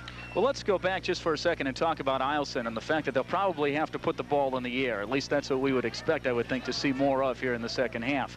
And there's an interesting theory. You probably know who said that when you pass the football, you know, 3 things can happen, and 2 of those are bad, right? Yeah, I think it was Darrell Royal. All right, well, now let's focus on what Buck Nystrom says. He says that's not necessarily true. You have to take that a little bit further. When you pass the ball, 5 things can happen. 4 of them are bad, okay? 1, of course, it can be completed. That's the good news, okay? Then the bad news, it can either be incomplete, it can be intercepted, as Royal alluded to, okay? Or, as Nystrom alludes to, your receiver can run the wrong route, okay? That's another bad thing that can happen. Or your quarterback's going to get sacked, all right? So he doesn't want to put the ball in the air. His team really does not have a strong passing attack, in all fairness. So now when you're forced to, what do you do? I mean, does it really come together that easily? Well, it doesn't come together that easily because they are predominantly a running team. That's what they're very successful at. And so they've got to stick now with what is their bread and butter. But now this half, I think they're going to have to mix in more passing plays. They've had some success going to Shipman and then going to the tight end. The thing they've got to avoid is some of the bad things that we talked about that can happen in the passing game, like throwing into a lot of coverage. They got to be real selective in terms of their play selection for the passing game. And then they've got to stick them with their basics, their running game. All right, as we take a look at the Cook Inlet Football Conference standings, or not standings rather, but turnover statistics. Look at this. Bartlett only 1.4 per game, and I think that really says a lot. And, you know, not only is that the best in the conference, but you have to compare that to just what we saw in the first half. We saw Danny Hill of Eielson turn the ball over twice on interceptions, as he ended up going 1 for 8 with two interceptions. And Bartlett, of course, not having turned the football over at all. Right. One thing Coach Beller, I know, is real concerned with are mistakes, like all coaches. They figure it's one thing to go win a game, it's another thing to not lose it. And those mistakes will help you lose one. All right, those are the things they've got to avoid. We mentioned that Greg was down on the field talking to Buck Nystrom, the coach of the Eielson Ravens. Greg, what did you find out? Well, Ken, I tell you, he pleased with the fact that they controlled the line of scrimmage, but in his own words, he said, hey, you can't give the football game away on a silver platter, and that's exactly what's happening. They're giving big plays easily to Bartlett, and he says he's going to try to open the game up here in the second half, so expect a lot more throwing down the middle. Greg, how did he feel how his defense played? Well, he was happy with the defense other than the fact they're giving up the big play. He feels as though they're controlling the line of scrimmage, but they're not keeping their outside containment controlled. Did he say anything about how his kids feel emotionally at the half? He says, you know, of course they're down a little bit. They're down 27-0, but he says this team has, throughout the season, has had a lot of character, so we'll see what happens. This game's far from over. Bartlett will receive the second half kickoff. Ellis dropping back. Clyde Ellis will be one of the deep men.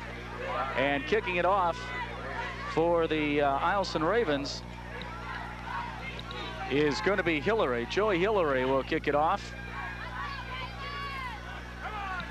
And there's the Eielson version of the squib kick right there. It gets through, and it's fielded by Ellis, who brings the ball back up the middle as he's across the 35 to about the 36-yard line, and that's where Bartlett will start. 1st and 10 for the Golden Bears. 27-0, once again, our score here at halftime. And this is really quite a thrill, obviously, for the Eielson Ravens. And it's not only so much Fairbanks against Anchorage, small school against big school, but it's the fact, as Buck Nystrom said, no small school has ever come here and really taken the ring away, so to speak, from the Anchorage schools. Exactly right. This series right here is very key now for Eielson, and they need to start working on that ring right here. Humphreys with the give over the left side, and the carry by Jones that time. Check it, it's Ellis. And Ellis picks up 4 yards. It'll be 2nd down and 6. The ball spotted at the 41. You know, there have been some very representative teams over the course of years coming into play in the state championship games. And really, this is no different. Eielson's just had some bad breaks.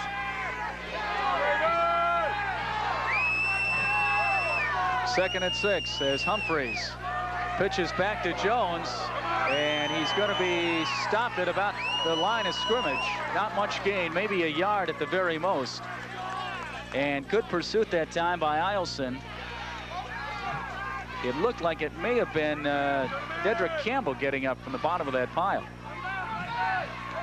You know, I really don't anticipate Coach Beller going much to the air here. He doesn't have to. He needs to burn up as much time as he can and just utilize those talented backs.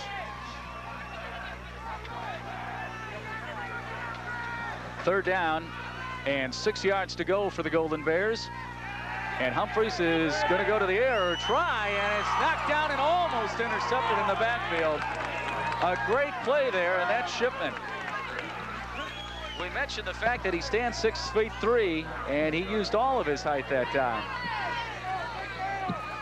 Shipman's made some great plays. They're trying to set up a screen pass situation.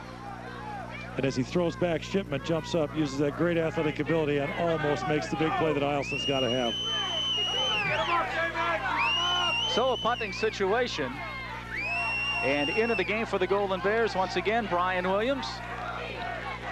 And the deep man is going to be Dedrick Campbell, as it's a high snap and a low kick that time. Campbell's going to field it at about the 30-yard line, up to the 35, where he's going to be met and dropped. And we may have a flag on the play. Looks like they're running into the kicker here. You know, if we get a chance to look at it, it'll be a roughing the kicker call that Mr. Bauer just signaled. So the penalty flag dropped at about the Bartlett 30-yard line. And we'll wait for the official indication. 10 minutes and 3 seconds left to play here in the third period. Nice to have you with us for the ASAA First National Bank State High School Football Championship. Eielson against Bartlett. All right, here it is. It is roughing the kickers. We saw the indication, and there's Williams getting it off, and right there he is hit. And I'm not quite sure who that may have been. It's hard to tell from that angle. But nonetheless, it's going to mean that the Golden Bears will get the ball back, and they will have it 1st and 10. The ball at the 44-yard line of the Ravens. I formation, same backfield, Jones and Ellis. Ellis playing up front. He's the lead back behind Humphreys. They fake it to him. They want to pitch it to Jones, and they just do get it back to him, and then he's dropped it about the 44-yard line. Coach Miller is keeping this thing pretty darn wide open with a little counter option and throwing the ball when I thought he'd kind of sit on it. Boy, there's no holds barred here now this afternoon. No gain on the last play. Call it 2nd down and 10.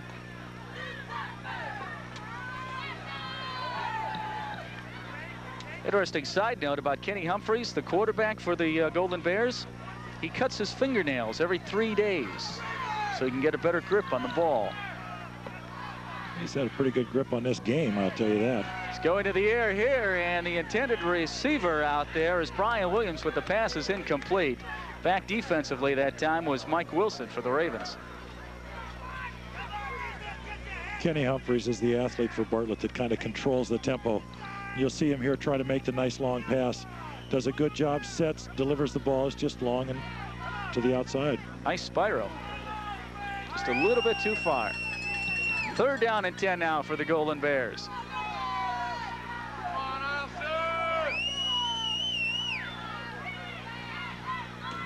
Humphreys will put it up again, or he'll try to, but storming through that time is John Copeland. And there's Copeland on the defense. We've been talking about his size on the offensive line, but he makes the big defensive play right there for the sack. John Copeland, 6'1" and 280 pounds, and you'll see him here just handle the blocker and then go make the sack. John Copeland is a force. So a punting situation once again now for the Golden Bears as they'll kick it away. Once again, Brian Williams in and back to receive. Dedrick Campbell and a low kick, but the punter stayed on his feet that time, and it's going to go out of bounds on the far side, and it will probably be spotted at about the 27-yard line. Eielson defensively has done a nice job now this half. You know, they've stopped Bartlett now 2 times, even with that roughing the kicker call. Now offensively, they got to kind of turn it up a notch here and make something happen. Well, we'll see what the Ravens do. The 25 will be the actual line of scrimmage, so it'll be 1st and 10 from there. The lights are on. They have been on throughout the course of the game here at the Anchorage Football Stadium. 38 degrees at game time, but dropping rather quickly. And the give that time is to Tommy Powell, as Powell brings it across the 25 out to about the 27. 2nd down and 8 now for the Ravens. You know, now they don't seem to have the benefit of that good field position that they had in the first half. Eielson's offense has got to be they've got to overcome here. They have to just get started. Another handoff and a big hole on the left side that time, and it's Powell carrying, and he's finally brought down out at about the 45-yard line. Humphreys in on the tackle that time. It's Humphreys and Williams who bring him down. Eielson has to have a group of those plays. That's the first real exciting offense that we've seen in behalf of Eielson here. Look at the hole open up at the line of scrimmage, and good speed bursting through is Tommy Powell. There was nobody even close to him for the first 8 yards of that run. Those linemen did a great job. In 7th grade, Tommy Powell thought he was signing up for a weightlifting class. It turned out to be a football training class, and it's probably the best thing that ever happened to him. I'm sure he still spends plenty of time in the weight room. Short gain that time as the stop was made by Ellis. As the ball is advanced out to the 43, a 2-yard pickup. 2nd down and 8. We should mention, too, that guys like Powell and Hillary are trying to pick up some of the slack left by the loss of Travis Hill in that backfield. The give this time is to Campbell as he bobs and weaves out to about the 49-yard line. And with that, let's go down to Greg Heister. Ken, we are seeing a totally different Eielson football team so far in this first half. Not only are they controlling the line of scrimmage like they did in the first half, but their defense has come alive and they are racing around the football. It's a very active defense so far in the second half. It wasn't in the first half, and that's the difference so far. Call it 3rd down and 5 with the ball at the 49-yard line. Travis Hill was a key factor in the first game against Bartlett, or could have been. He was lost with a broken ankle. He was their main man in the backfield. Pass out into the flat to Campbell as he tries to bring it up, gets it to about the midfield stripe. So that'll be good for a pickup of about 3. It's a very dangerous pass. That appeared to be a lateral from this angle. 4th down and about 4 yards to go here with the ball at the midfield stripe. But anyhow, without Travis Hill in the backfield, because of that broken ankle that he suffered against Bartlett, the Ravens ended up losing that game, as mentioned, 20-12, and they have had to do it without him all season long. The 4th down play, and near the 1st down that time. We'll wait until they on-pile, and it looks like it's Powell who carried. And it will be a 1st down as he found the sticks. You know, again, going back to the conversation with Coach Beller last night, he feels that Eielson is truly a better football team without Travis Hill, only because when you lose a real dominating player like that, it forces the others to kind of pick up the slack and become more balanced. 1st down, and they keep it on the ground, and bursting up the middle again is Tommy Powell. Was it Powell or was it Hillary? They sent them both in the same direction that time. It may have been Hillary, Mike. I think that was Joey Hillary that time. Yeah. That's that little reverse counter. We'll take another look at it here. Yeah, Powell was the first man through, and then Hillary. So it was Hillary who was the ball carrier. You know, I think we're seeing the Eielson linemen start to really assert themselves, like Greg said, defensively as well as now offensively. Starting to come off the ball, but now nailed in the backfield is Tommy Powell. And he's going to be dropped at about the original line of scrimmage. It looked like a blitz that time on behalf of Bartlett. It'll bring up a 3rd and 10. And, yeah, it's the blitz by Clyde Ellis right there, number 34, bursting into the backfield. Well, we're going to have a penalty on the play, and the indication is holding against Bartlett. So it would have been 3rd and 10. We're seeing some good breaks now start to happen now for Eielson. Now they have to capitalize. They should be feeling a little bit better about their team, and they should be getting things to start to untrack a little bit. The holding penalty is going to move the ball down to the 34-yard line. It'll be 1st and 10 for the Ravens from there. We've only had 4 or 5 penalties in this whole ballgame. 4:40 left to play here in the 3rd period. 27-0 in favor of Bartlett. Campbell in motion, play action pass. Hill rolls and throws, and he's going to be intercepted again for the 3rd time in the game. It's Humphreys. Humphreys with his first interception to give Bartlett possession of the ball. That's a real difficult pass to throw. Rolling to his left for a right-handed quarterback and then trying to throw. That is very difficult. The pass was intended for Shipman. Bartlett will have the ball back on the 18-yard line. It'll be 1st and 10 for the Golden Bears. You can see he'll roll, having to throw off his back foot. There's just no way he can get enough oomph on that football to get it down to his receiver. The receiver was open.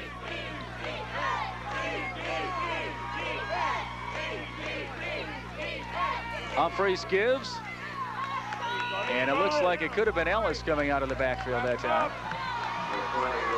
Nope, Ingram carrying. Ingram bringing it across the 20-yard line out to the 22. So a pickup of 4. It's 2nd down and 6. Bartlett can just keep bringing great running backs at you all afternoon. That's the kind of thing that will very easily wear down that Eielson defense. There you can see Humphreys.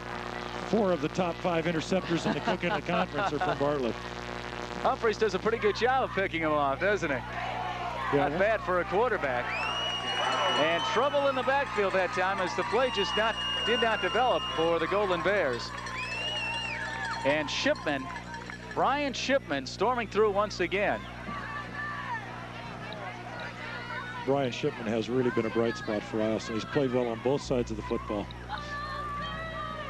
So Humphreys that time nailed for the 8-yard loss. The ball back to the 15-yard line. It's going to bring up 3rd and 13. There was just no place to run. Down to 2:45 left to play in the first period. And the give is to Ellis. He's got some running room. He beats his man at about the 40. It's a foot race, and he's going to stay in bounds. Ellis, nope, the official says he was knocked out. Well, a saving tackle made that time, if you want to call it a tackle, by Mike Wilson, who came over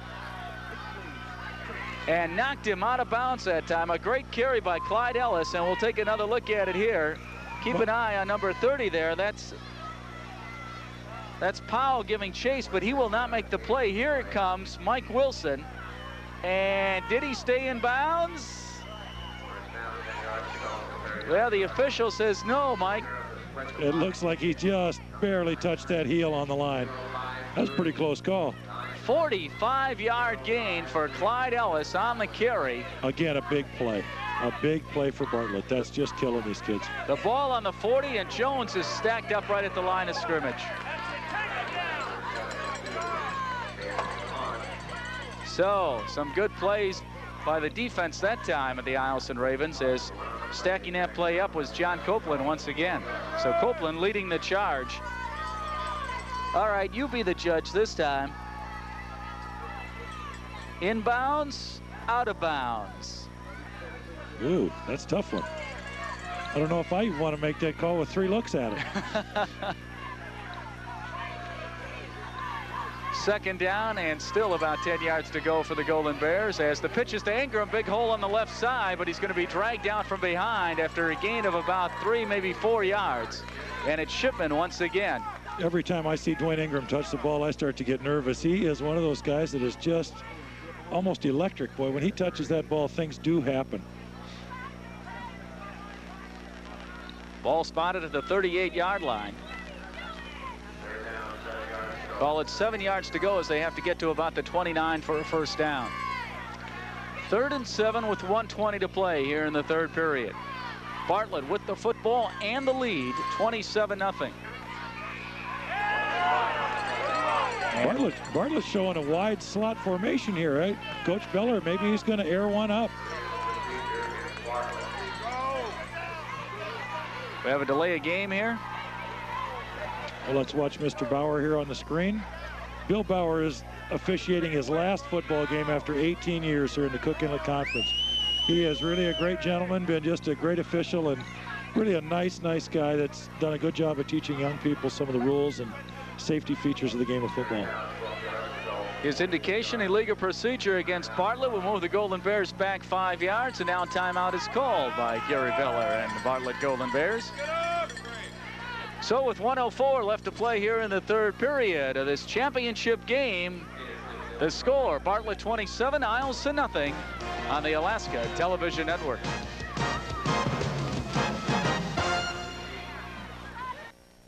Voodoo Oriental Restaurant at 2600 East Tudor Road next to KIMO TV is open for business 7 days a week, serving some of the finest Mandarin and Szechuan cuisine in Anchorage. Owner and master chef Thomas Su invites you to enjoy any one of the fine Oriental dishes. Voodoo offers sit-down dining in luxury or orders to go, and you'll find traditional as well as exotic Oriental dishes such as Peking duck and Moshu pork. Voodoo Oriental Restaurant, open 11 a.m. to 11 p.m. at 2600 East Tudor Road. He's Mitch Buchanan. He's Eddie Kramer. When these guys go to work, it's more than just a day at the beach.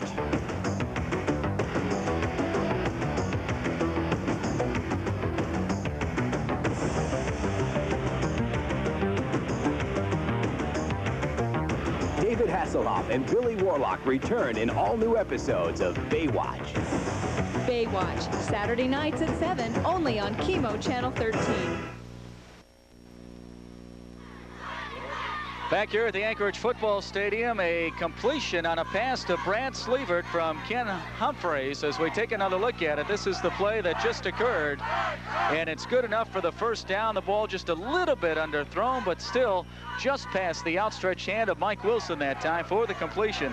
Sleevert, a senior, makes the grab. That's going to give the Golden Bears a first down at the 19-yard line.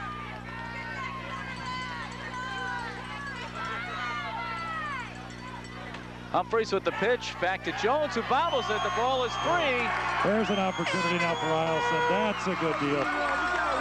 And the Ravens have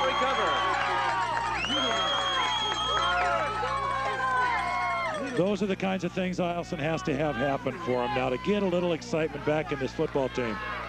Joey Hillary with the fumble recovery. You can see it. Jones just has a hard time handling on the hard pitch from Humphreys. And Eielson, people are everywhere.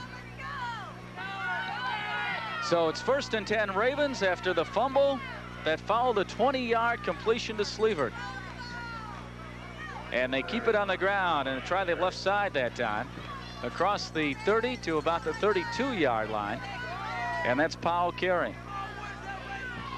So a short gain for Powell as he picks up 2. It's 2nd down and 8. Well, we talked about the Ravens playing Bartlett in the second game of the season. They lost their running back, Travis Hill, in that contest. They lost the following week to Lathrop, but then they put a couple of W's together, 6 in a row since that time. And that, of course, helped them to a 7-2 record overall and propel them into the state championship game. As for the Golden Bears, well, their losses at Chugiak the second week of the season. Then they lost to West about 3 weeks, maybe 4 weeks ago now, Mike. And that game could have been the turning point for their season. I think that loss to West, I think, really made the Bartlett kids sit up and take notice and really assess if they wanted to be champions. And since then, they've just come on and really done the job. Hillary knifing through the left side, and he's across the 35 out to the 40. That will be enough for a first down, but there's a flag on the play.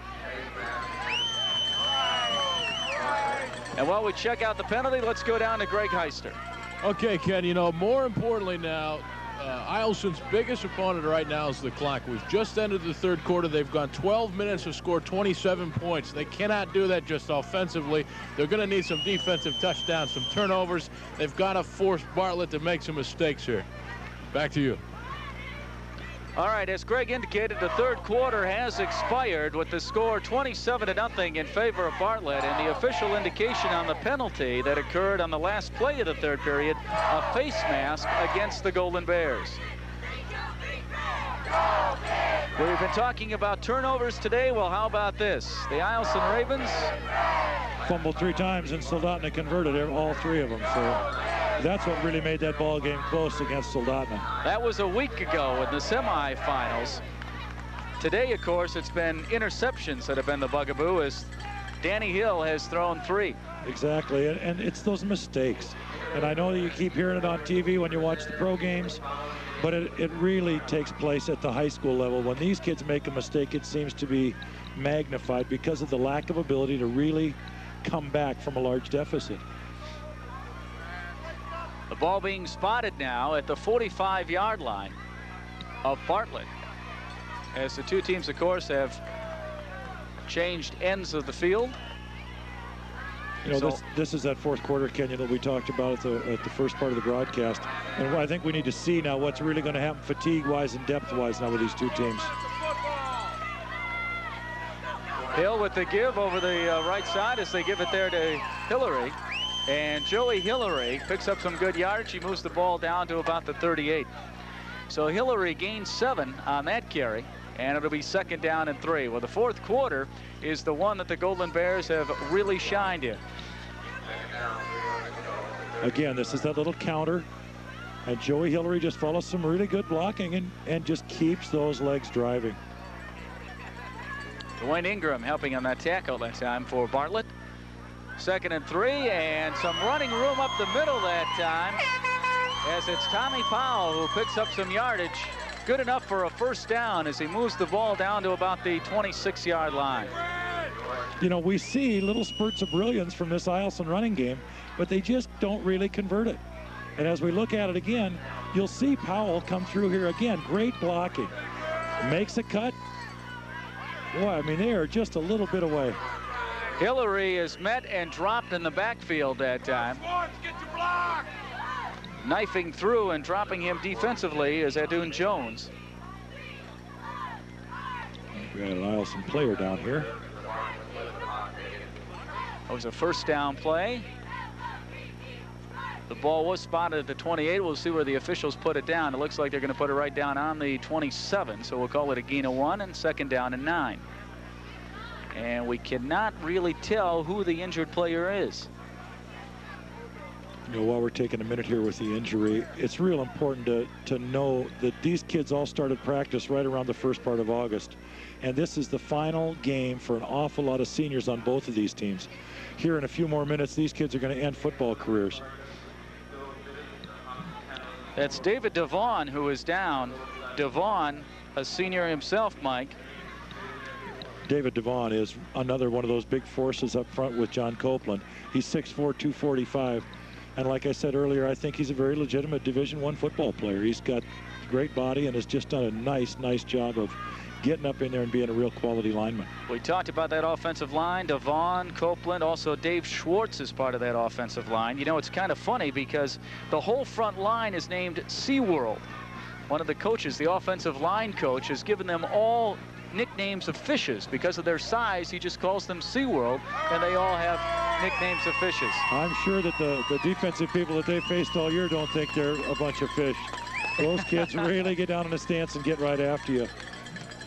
As you see Devon leave the field with a little assistance, that's Baby Shamu. Okay, that's his nickname. Baby Shamu leaving the field right now.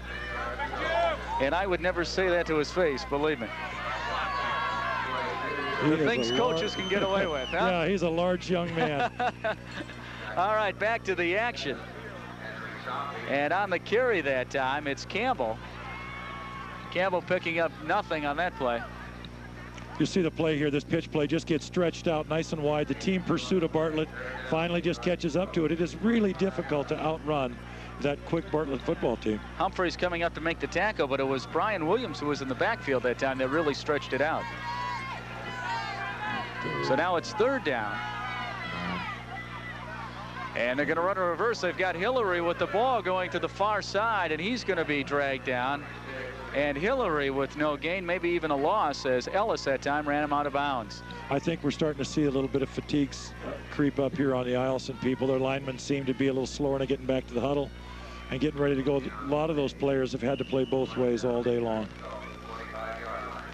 Well, they have to get to about the 17 for a 1st down. The ball is on the 25. It's 4th down, 4th and 8. And we'll be going to Greg Heister right after this play. 4th and 8 for Eielson as they put it up. Hill with a wobbly pass that's going to fall incomplete. And Bartlett will take over on downs, 1st and 10 from their own 25. Greg? All right, Ken, an injury report here on Dave Devani. He's just gone back into the ball game. He apparently had hurt his back, maybe pulled a muscle or something. They had him running around here on the sideline. He seems to be fine. He's in the ball game now for Eielson. Tough kid. Well, I'll tell you what, he is a tough one, and so are Shane York, Dave Schwartz, you know, all of those, Brian Lee, all those offensive linemen I'm very impressed with for Eielson. 10 minutes and 8 seconds to play in the ball game. Bartlett with a 27-0 lead, and they're on the attack. And the give is straight ahead that time. And short yardage, as it was Ingram carrying. Ingram gets it out across the 25 to about the 26-yard line. We'll take another look here. Dwayne Ingram just hitting into a pile where there is just nothing there. And again, you got David Devon, who just came back from that injury, stacking up the whole pile. I was just going to say, how about that? Greg was absolutely right when he said a tough kid. Baby Shamu. That is amazing. They run it to the right side that time. And again, it's Ingram getting up from the bottom of the pile. It'll be 3rd and 9 as the ball is going to be spotted. What do you think, 25-yard line? Yeah, I'm going to say 27. Mike, 26 maybe? Let's go with 26. We'll compromise. How's that sound? 3rd and 9 from the 26. 9 minutes left to play in the ball game.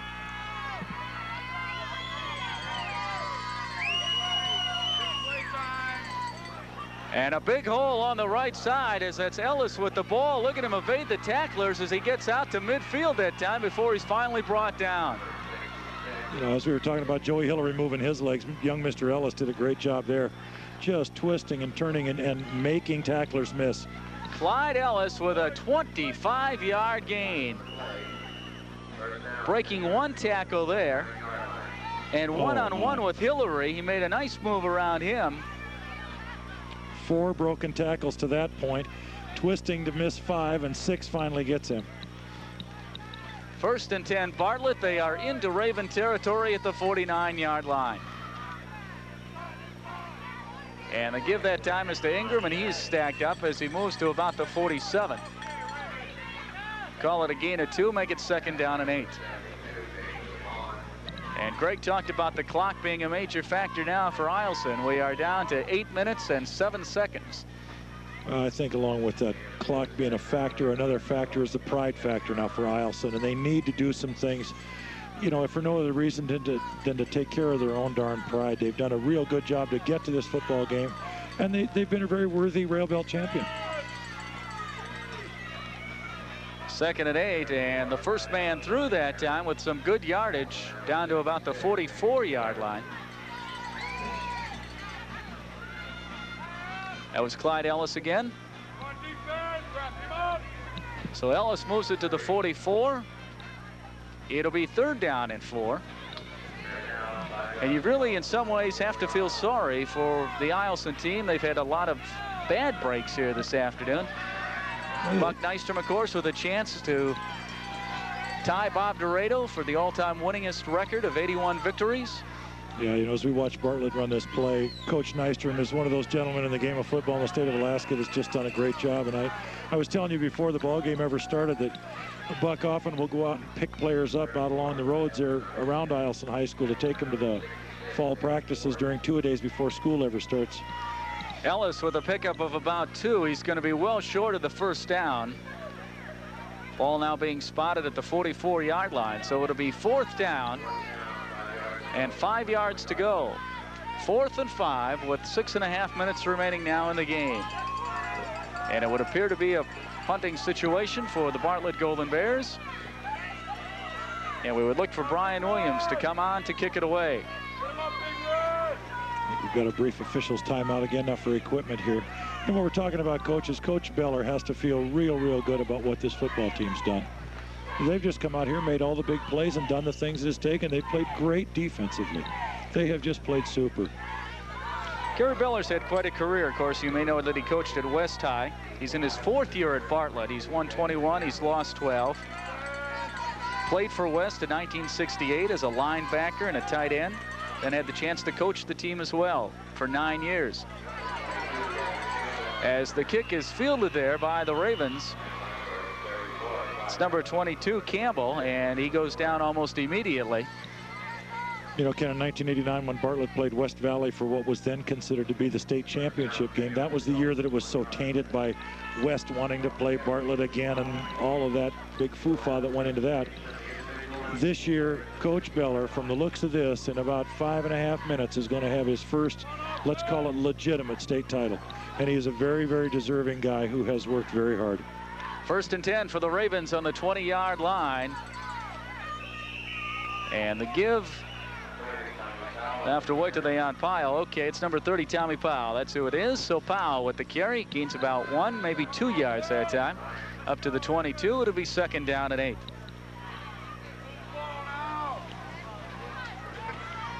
Down to 5.5 minutes now. The Golden Bears leading it 27-0. And again, our thanks to the many fine sponsors who have helped us put this broadcast together here this afternoon.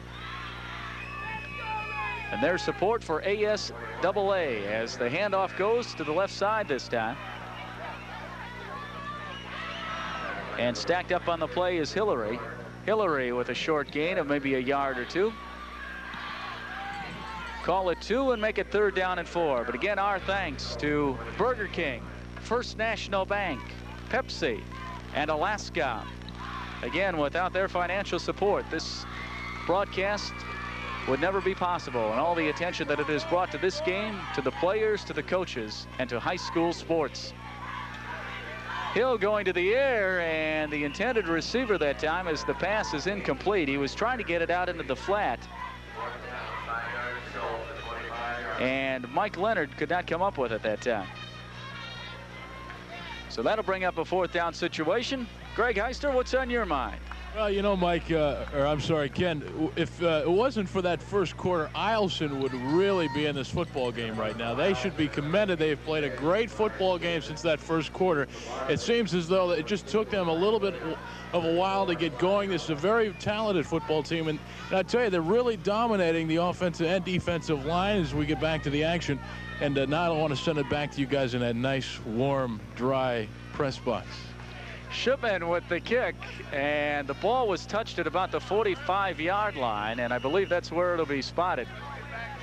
As we bring you this broadcast from this open-air press box, Mr. Heister.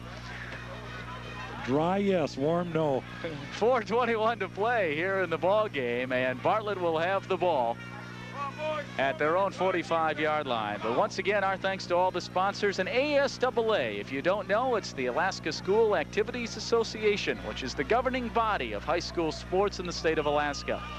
And our thanks to Ed Nash, who of course is the director, Mike Blewett, the assistant director, for all the help that they have given us.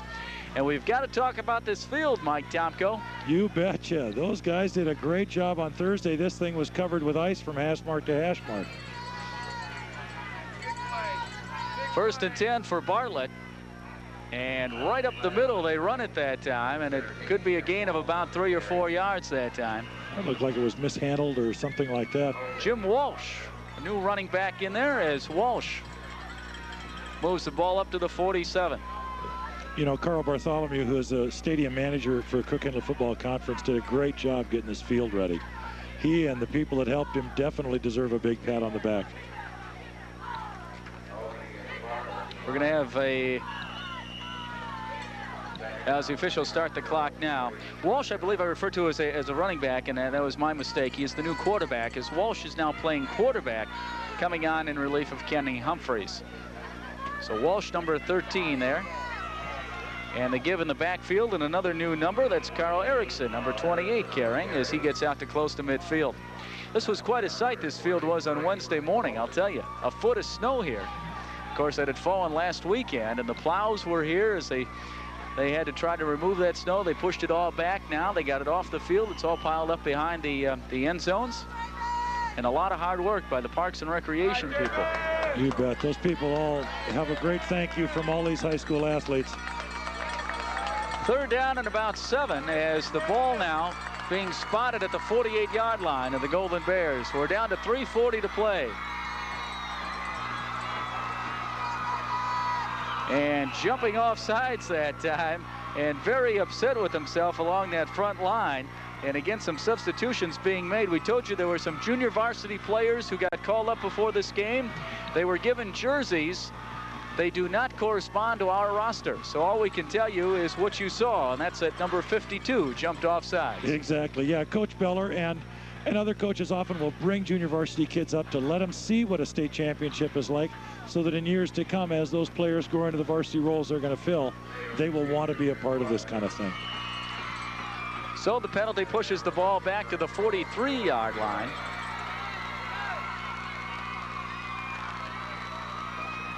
And the give in the backfield to number 28 once again. As mentioned, Carl Erickson carrying as he brings it up to about the 50. They're going to be well short of the first down by about 7 yards.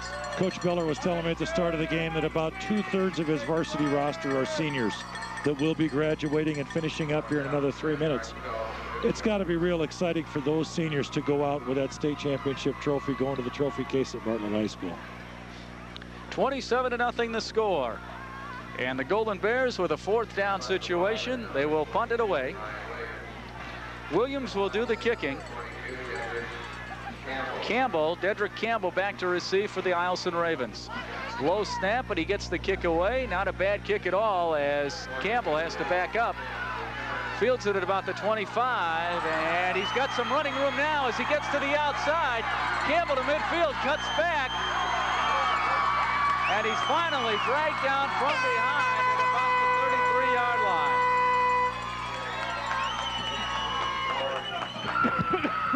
line. Dune Jordan is the one that showed some great speed to come up there and make that tackle. Otherwise, it was going to be 6. Let's take a look at it again. Some great running here by Dedrick Campbell. As he takes it, he goes now to his left. They have a pretty good return set up. He just leaves the return people and takes off on his own. 57-yard punt return here, Mike, and there's the saving tackle that you referred to. Good job by both those kids. It's really exciting to see high school kids get a chance to do this kind of thing. This is a once-in-a-lifetime opportunity for many of these young people. You know, their families, their schools, all those people should be real proud of these kids. They've done a nice job. On both sides, both teams have done a real nice job today. Well, both schools, military schools. We talked about the fact that Eielson, of course, is on Eielson Air Force Base. And about 85% of the student population, we're told, is from military families. Likewise, of course, Bartlett, very high in military students. It makes it good, and it also makes it bad in terms of a coaching situation. They have a lot of players that rotate through. And so they never really know if a student's going to be there for the full 4 years of the program. So that makes it difficult. The other good thing is you get a lot of very talented young men that come in from outside that have a lot of football experience. So there's an upside to downside to that military thing. First big play of the ball game for Eielson. Let's see if the Ravens can capitalize. Ball spotted on the 33. They give it to Hillary, and a loose football, and it's going to be recovered by the Golden Bears. Hillary took a hard shot in there and coughed that thing up. Jeff Provost recovers the fumble for Bartlett as we take another look at it. There's the give to Hillary. Big hole right up the middle. Look at the hit. And who else? What a game he has played. 22, Brian Williams. He has done it all. And, of course, earlier he had the interception return for the touchdown. Now the big hit that forces the fumble. You betcha. Brian Williams has had a real good day. He's one of those seniors that's going to be a part of this big-time celebration here in a little bit. Bartlett 1st and 10 from the 23-yard line. And in the backfield, Erickson weaving his way out to close to the 30-yard line and across the 25 there. He'll spot it at the 27, so it's a pickup of about 4. We'll call it 2nd down and 6. Just over a minute and a half to play. And the championship all but decided now. It's just a matter of time as Bartlett leading 27-0 here against Eielson. But a good point made by Greg Heister earlier, Mike. Take away that first quarter, and this would be a totally different ball game. You betcha. Without those half a dozen great big plays that Bartlett has had, and a couple other bounces going the other way, this is a whole new world, this thing. Now, that first quarter just crushed Eielson. They got behind, and they had to get out of their rhythm and their game plan. And they had to do things that they aren't accustomed to or familiar with.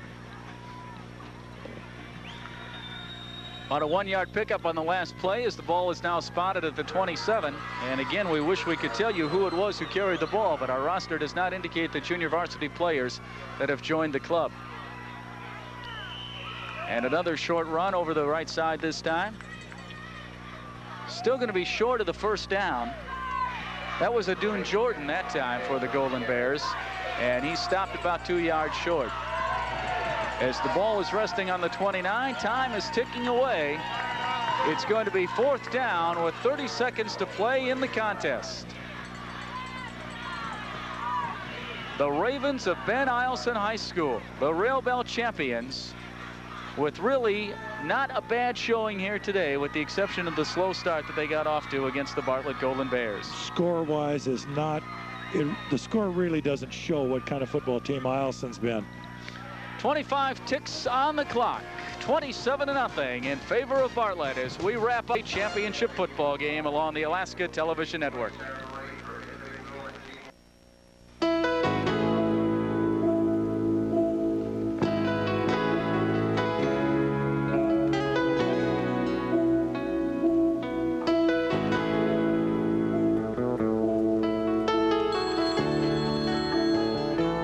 People and Places plan. For just $1.90 a month, you can choose the area code you call most and talk for 12 cents a minute, evenings, nights, and weekends. People and Places, only from Alaska.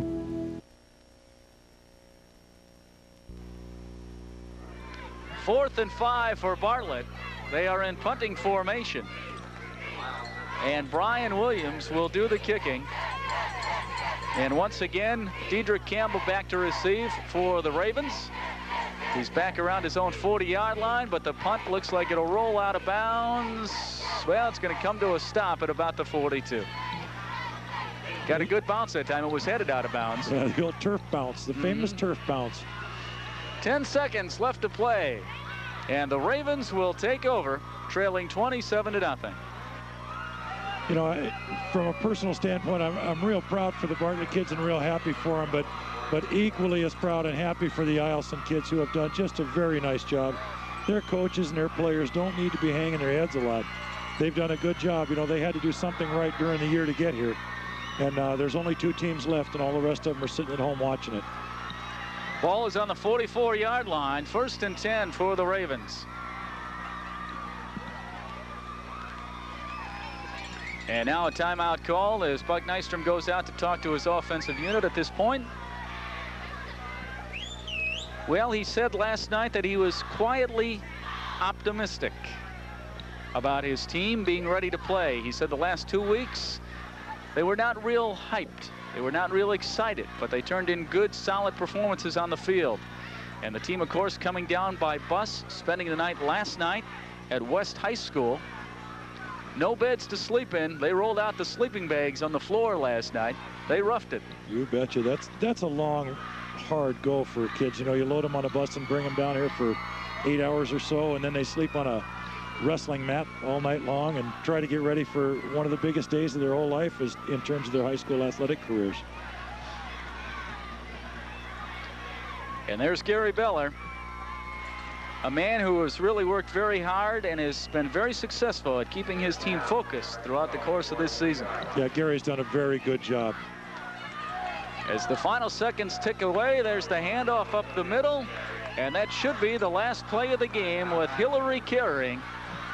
And they're going to stop the clock with 5 ticks left. So once again, the Ravens will take a timeout. Hillary advancing the ball across the 45 to the 47-yard line. You know, like we said, a lot of these seniors for both schools are done here other than maybe an opportunity to play in the Shrine game that happens next spring. But for the most part, these seniors are done. Most of the seniors on both of these schools will never play another down of organized football.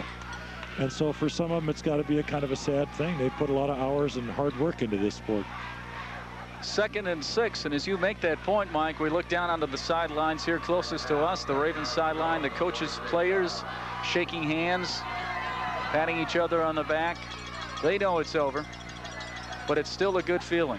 You betcha. That's one of those things that, you know, you really don't understand, I don't think, unless you've been a part of that kind of a thing. And, you know, like I say, it's just really great for both schools, both student bodies. You know, the coaches, golly, they've worked hard, you know, ever since, like I say, you know, the 1st of August. 2nd and 6 from the 46. And a pretty good hole, still running with the ball as time expires here, getting into Bartlett territory on the final carry of the game is Hillary. And the ball game is over as time runs out here. And our final score, the ASAA First National Bank State High School Football Championship game. It's the Bartlett Golden Bears 27, the Eielson Ravens nothing. And we'll be back to wrap it up for you and bring you the presentation of the awards here when we continue with our coverage from the Anchorage Football Stadium along the Alaska Television Network.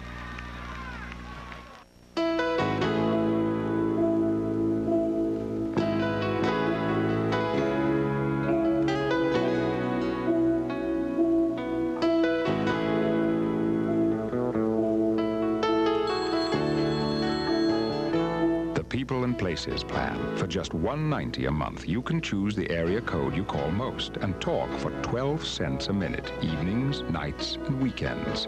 People and Places, only from Alaska. What makes you cool is your attitude, your inner self. It's not the way your hair is cut. It's not the clothes you wear. Not the clothes you wear. It's not what you drink. You got that right.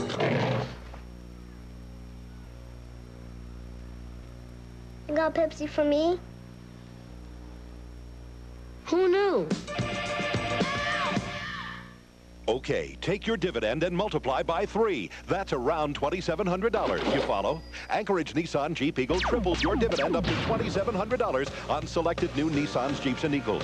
On 91 Jeep Cherokees, get a $2,700 dividend plus $1,500 cash back. That's $4,200. And Nissan regular bed 4x2 trucks start at $89.95. Bring in your dividend check or batch card and we'll triple it up to $2,700. Anchorage Nissan Jeep Eagle, triple your dividend.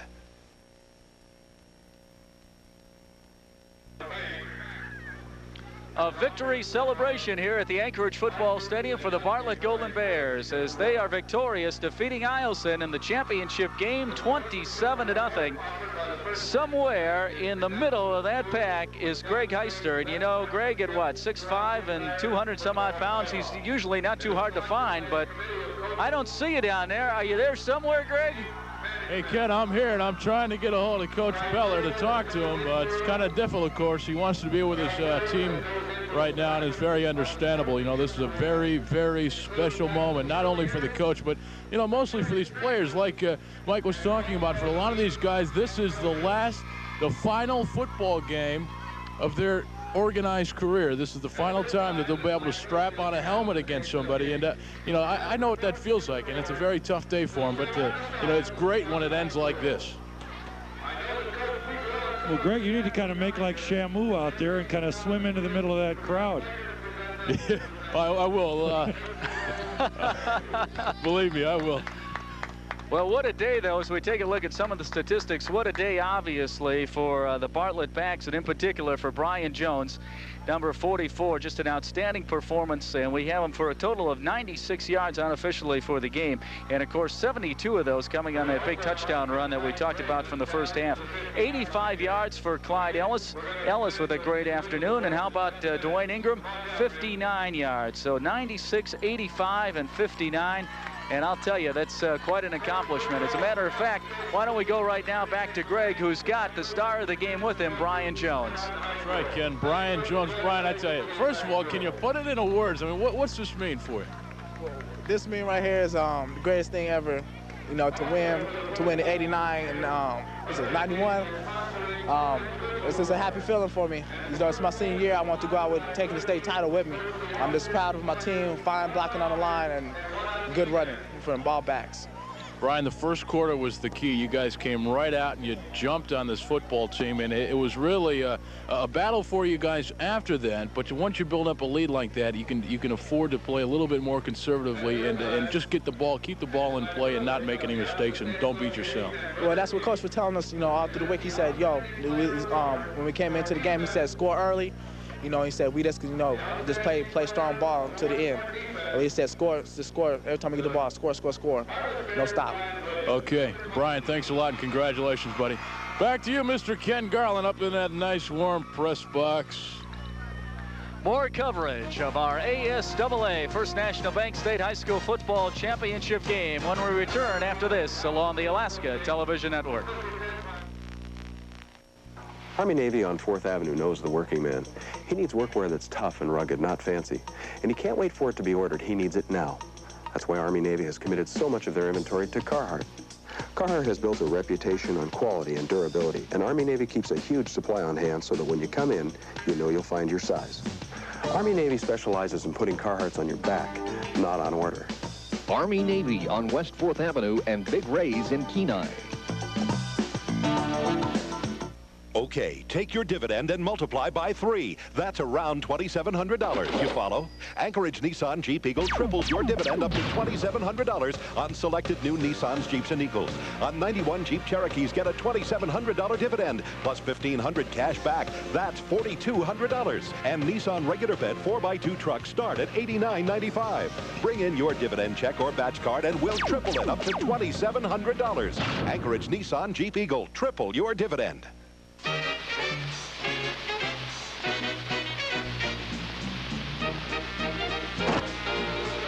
Some people want to change the way you drive. At Minute Lube, we just want to change your oil.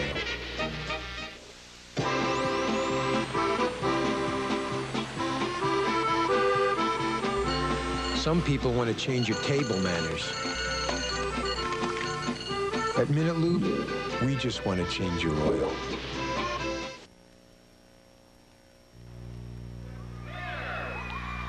Back at the Anchorage Football Stadium in time for the awarding of the trophy, the championship trophy, as state champions being presented to the Bartlett Golden Bears.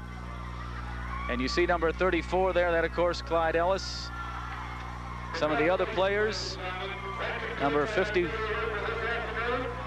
Now it looked like we saw Jeff Taylor in the middle of that as well.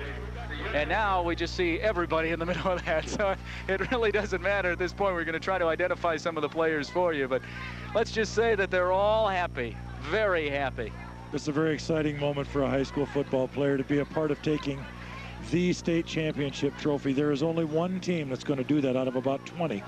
And the Bartlett Golden Bears are the ones with it. You're looking at Greg Heister and Coach Gary Beller. They bobbled the Frisbee, but that's okay, guys. Go ahead, Greg, take it away. All right, thanks, Ken. Coach, can you put it into words? I mean, what's this mean, not only for yourself, but mostly for your, for your team, your kids? Oh, hey, this is just the greatest feeling in the world. I told the kids before the game in the locker room that they're never going to experience anything like this again unless they win another state championship. There's just no feeling comparable to it, and they're going through it right now. And I just can't say enough about the kids. God, I mean, they just came out, they wanted to play so bad today, and they just wanted to win it so bad. And I just never been proud of a group in all my life. Coach, let's talk about the football game itself. First quarter, you guys came right out here and jumped all over them, and really, you won the football game in the first quarter. The kids were just on fire. You could just feel it in the locker room over at the school. They were almost trembling. They were so ready. And we were almost worried that they were going to peak a little bit too early before the game started, but they were just really ready. The kids just played tremendous defense, and I'm just at a loss for words. I'm just so happy with them. I just can't believe it. Coach Beller, congratulations. Thanks for spending time with us. Thank you. Ken Garland, back to you, buddy. Greg Heister, thank you for your help. Mike Tomko, thank you for yours. And as you look at the people who work behind the scenes to make this broadcast possible, our thanks to them as well for a job well done. Statistician Rick Williams, thank you, sir, for making us sound just a little bit better here this afternoon. And perhaps the best thing to say at this point, besides reminding you that our final score was Bartlett 27, Eielson nothing, Sean Davis, a running back for the Bartlett Golden Bears, said what it means to be playing in the state championship game is that if we win, we are the champions, and the champions are those who are the best at what they do. From the Anchorage Football Stadium, so long, everybody. Watch Susan Kim weeknights at 6 here on KIMO TV, Channel 13.